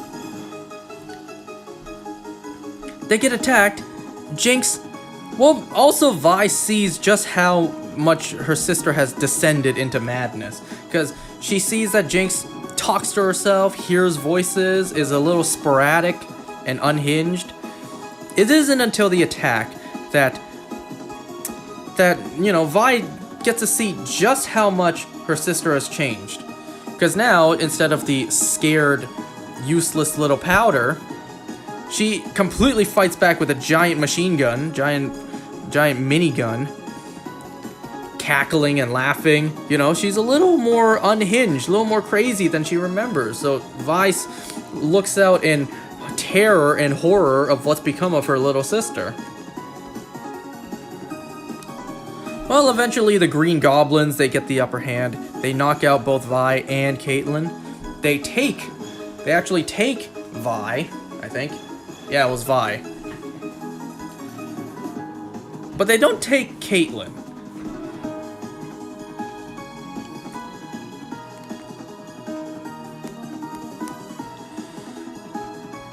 So the Green Goblins, they take Vi. They get away with it.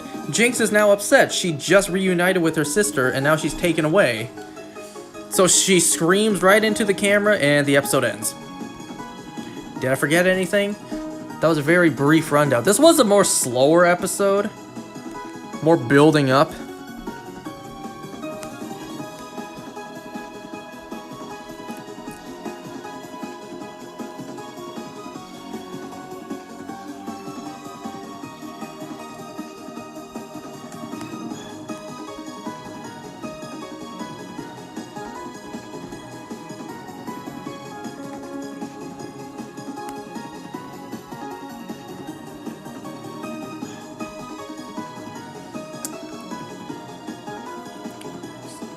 So next time we will return to our regularly scheduled program. We will have The Boys, we will have Arcane, we'll have Secret Level as well. I'm pretty sure the next Beast Games episode is out.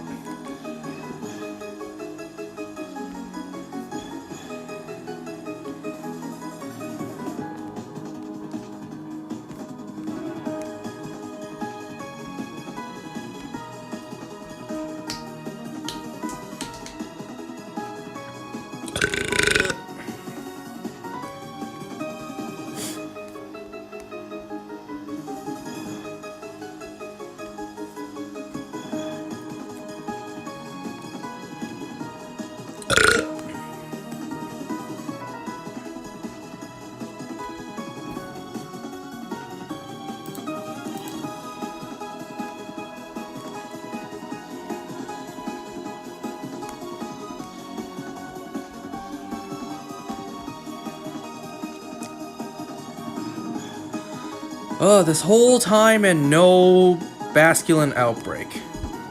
You know, I've heard people online say they would day skip for like 6 hours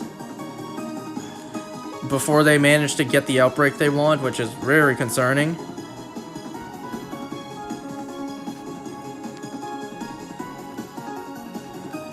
Well, I suppose it gives me something to do.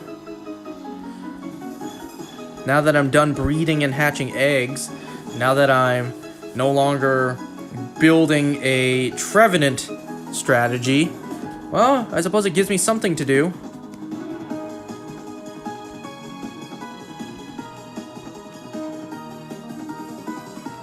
Man, I got a Fomantis outbreak nearby. I don't want that. I want a Basculin outbreak.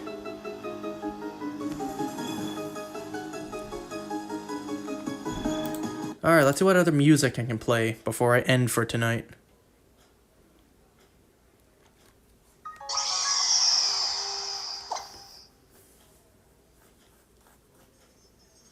Damn, I just see something recommended. Revisiting the Metarex arc, the greatest the greatest Sonic story of all time. I may have to check that out. It's an hour-long video. Welcome to Nope, I'm gonna watch that afterwards. Oh yeah, there's also a debate online. Super Mario and Luigi versus Super Sonic and Shadow. Bruh, no chance. Sonic and Shadow would completely smoke Mario and Luigi in their super stage. The power of the Master Emerald, which in the movie universe is all 7 Chaos Emeralds. Yeah, the power of a superstar is no match.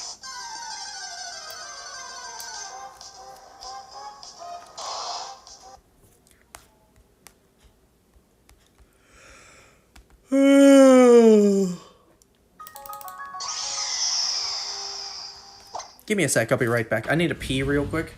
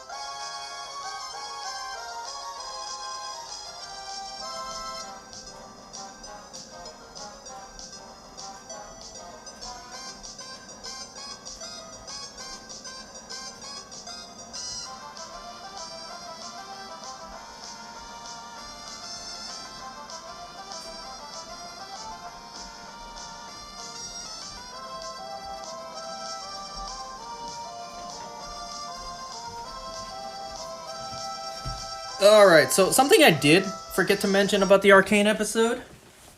So after Jinx strung up Savika, she actually hangs her in Silco's office and then has the words liar plastered all over her.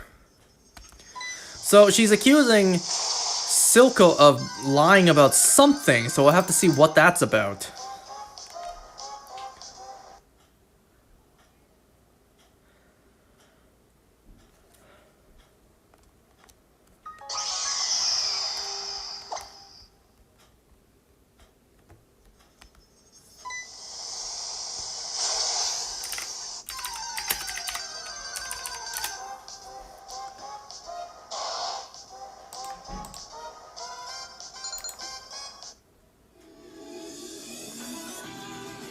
been a while since we heard this one.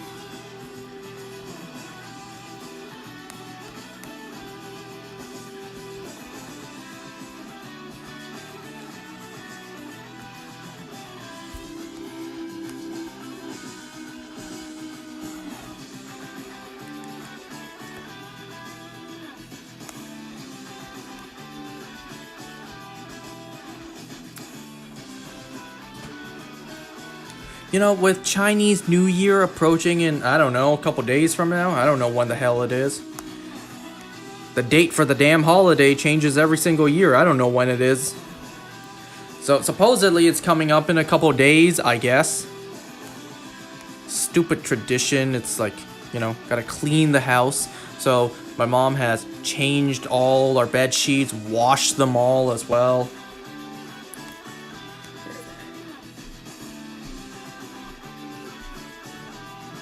Kind of like spring cleaning, but who actually does spring cleaning, right? Who actually follows through with it? Well, I'm sure some people out there actually do.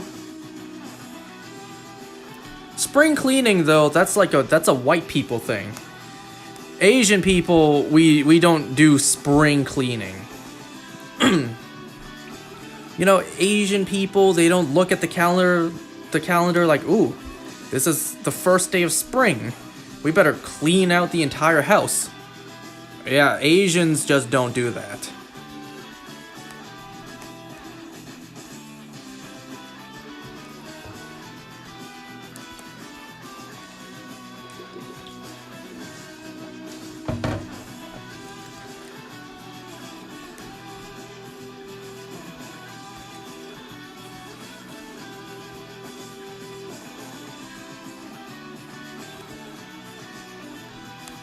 Well, I'm out of here in about 5 minutes.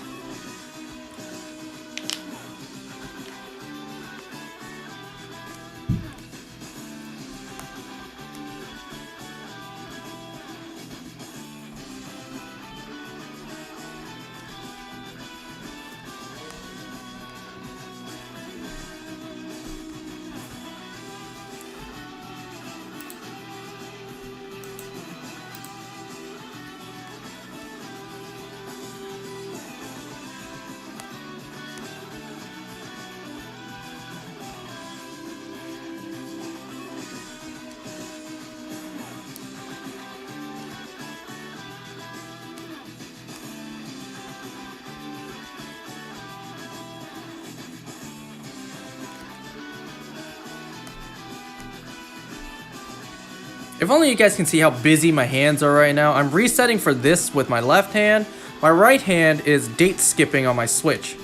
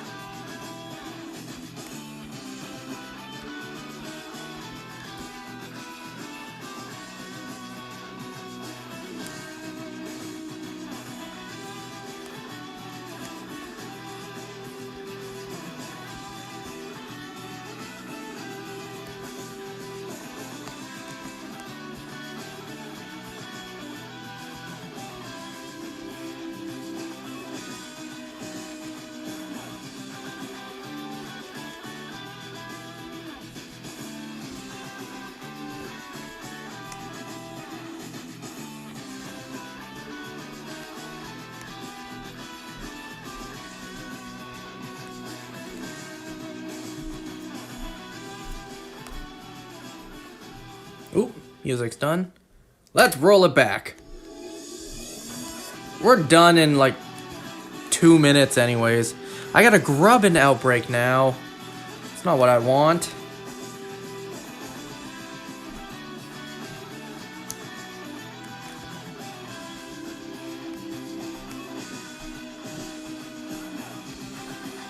I sure as hell am not breeding for 3 basculins again. I will, I will spend days here to do an outbreak, to get an outbreak instead.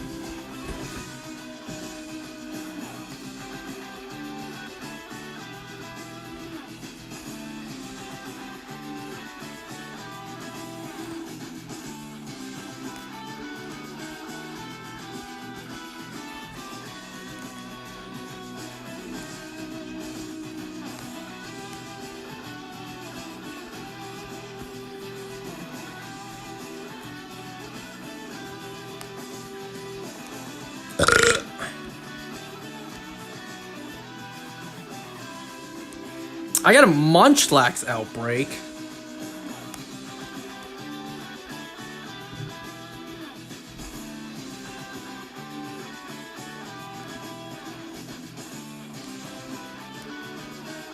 I still have not done the Ogre ousting for the shiny Munchlax yet. I will do one more reset after this and then that's it.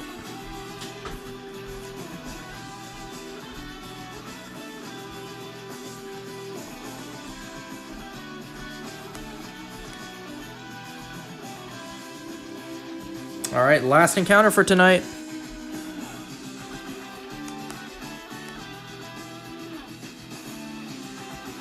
Oh yeah, I forgot to mention, that shiny Zoro I got today was the final egg I had. Alright, no shiny tonight. I'll see you guys next time.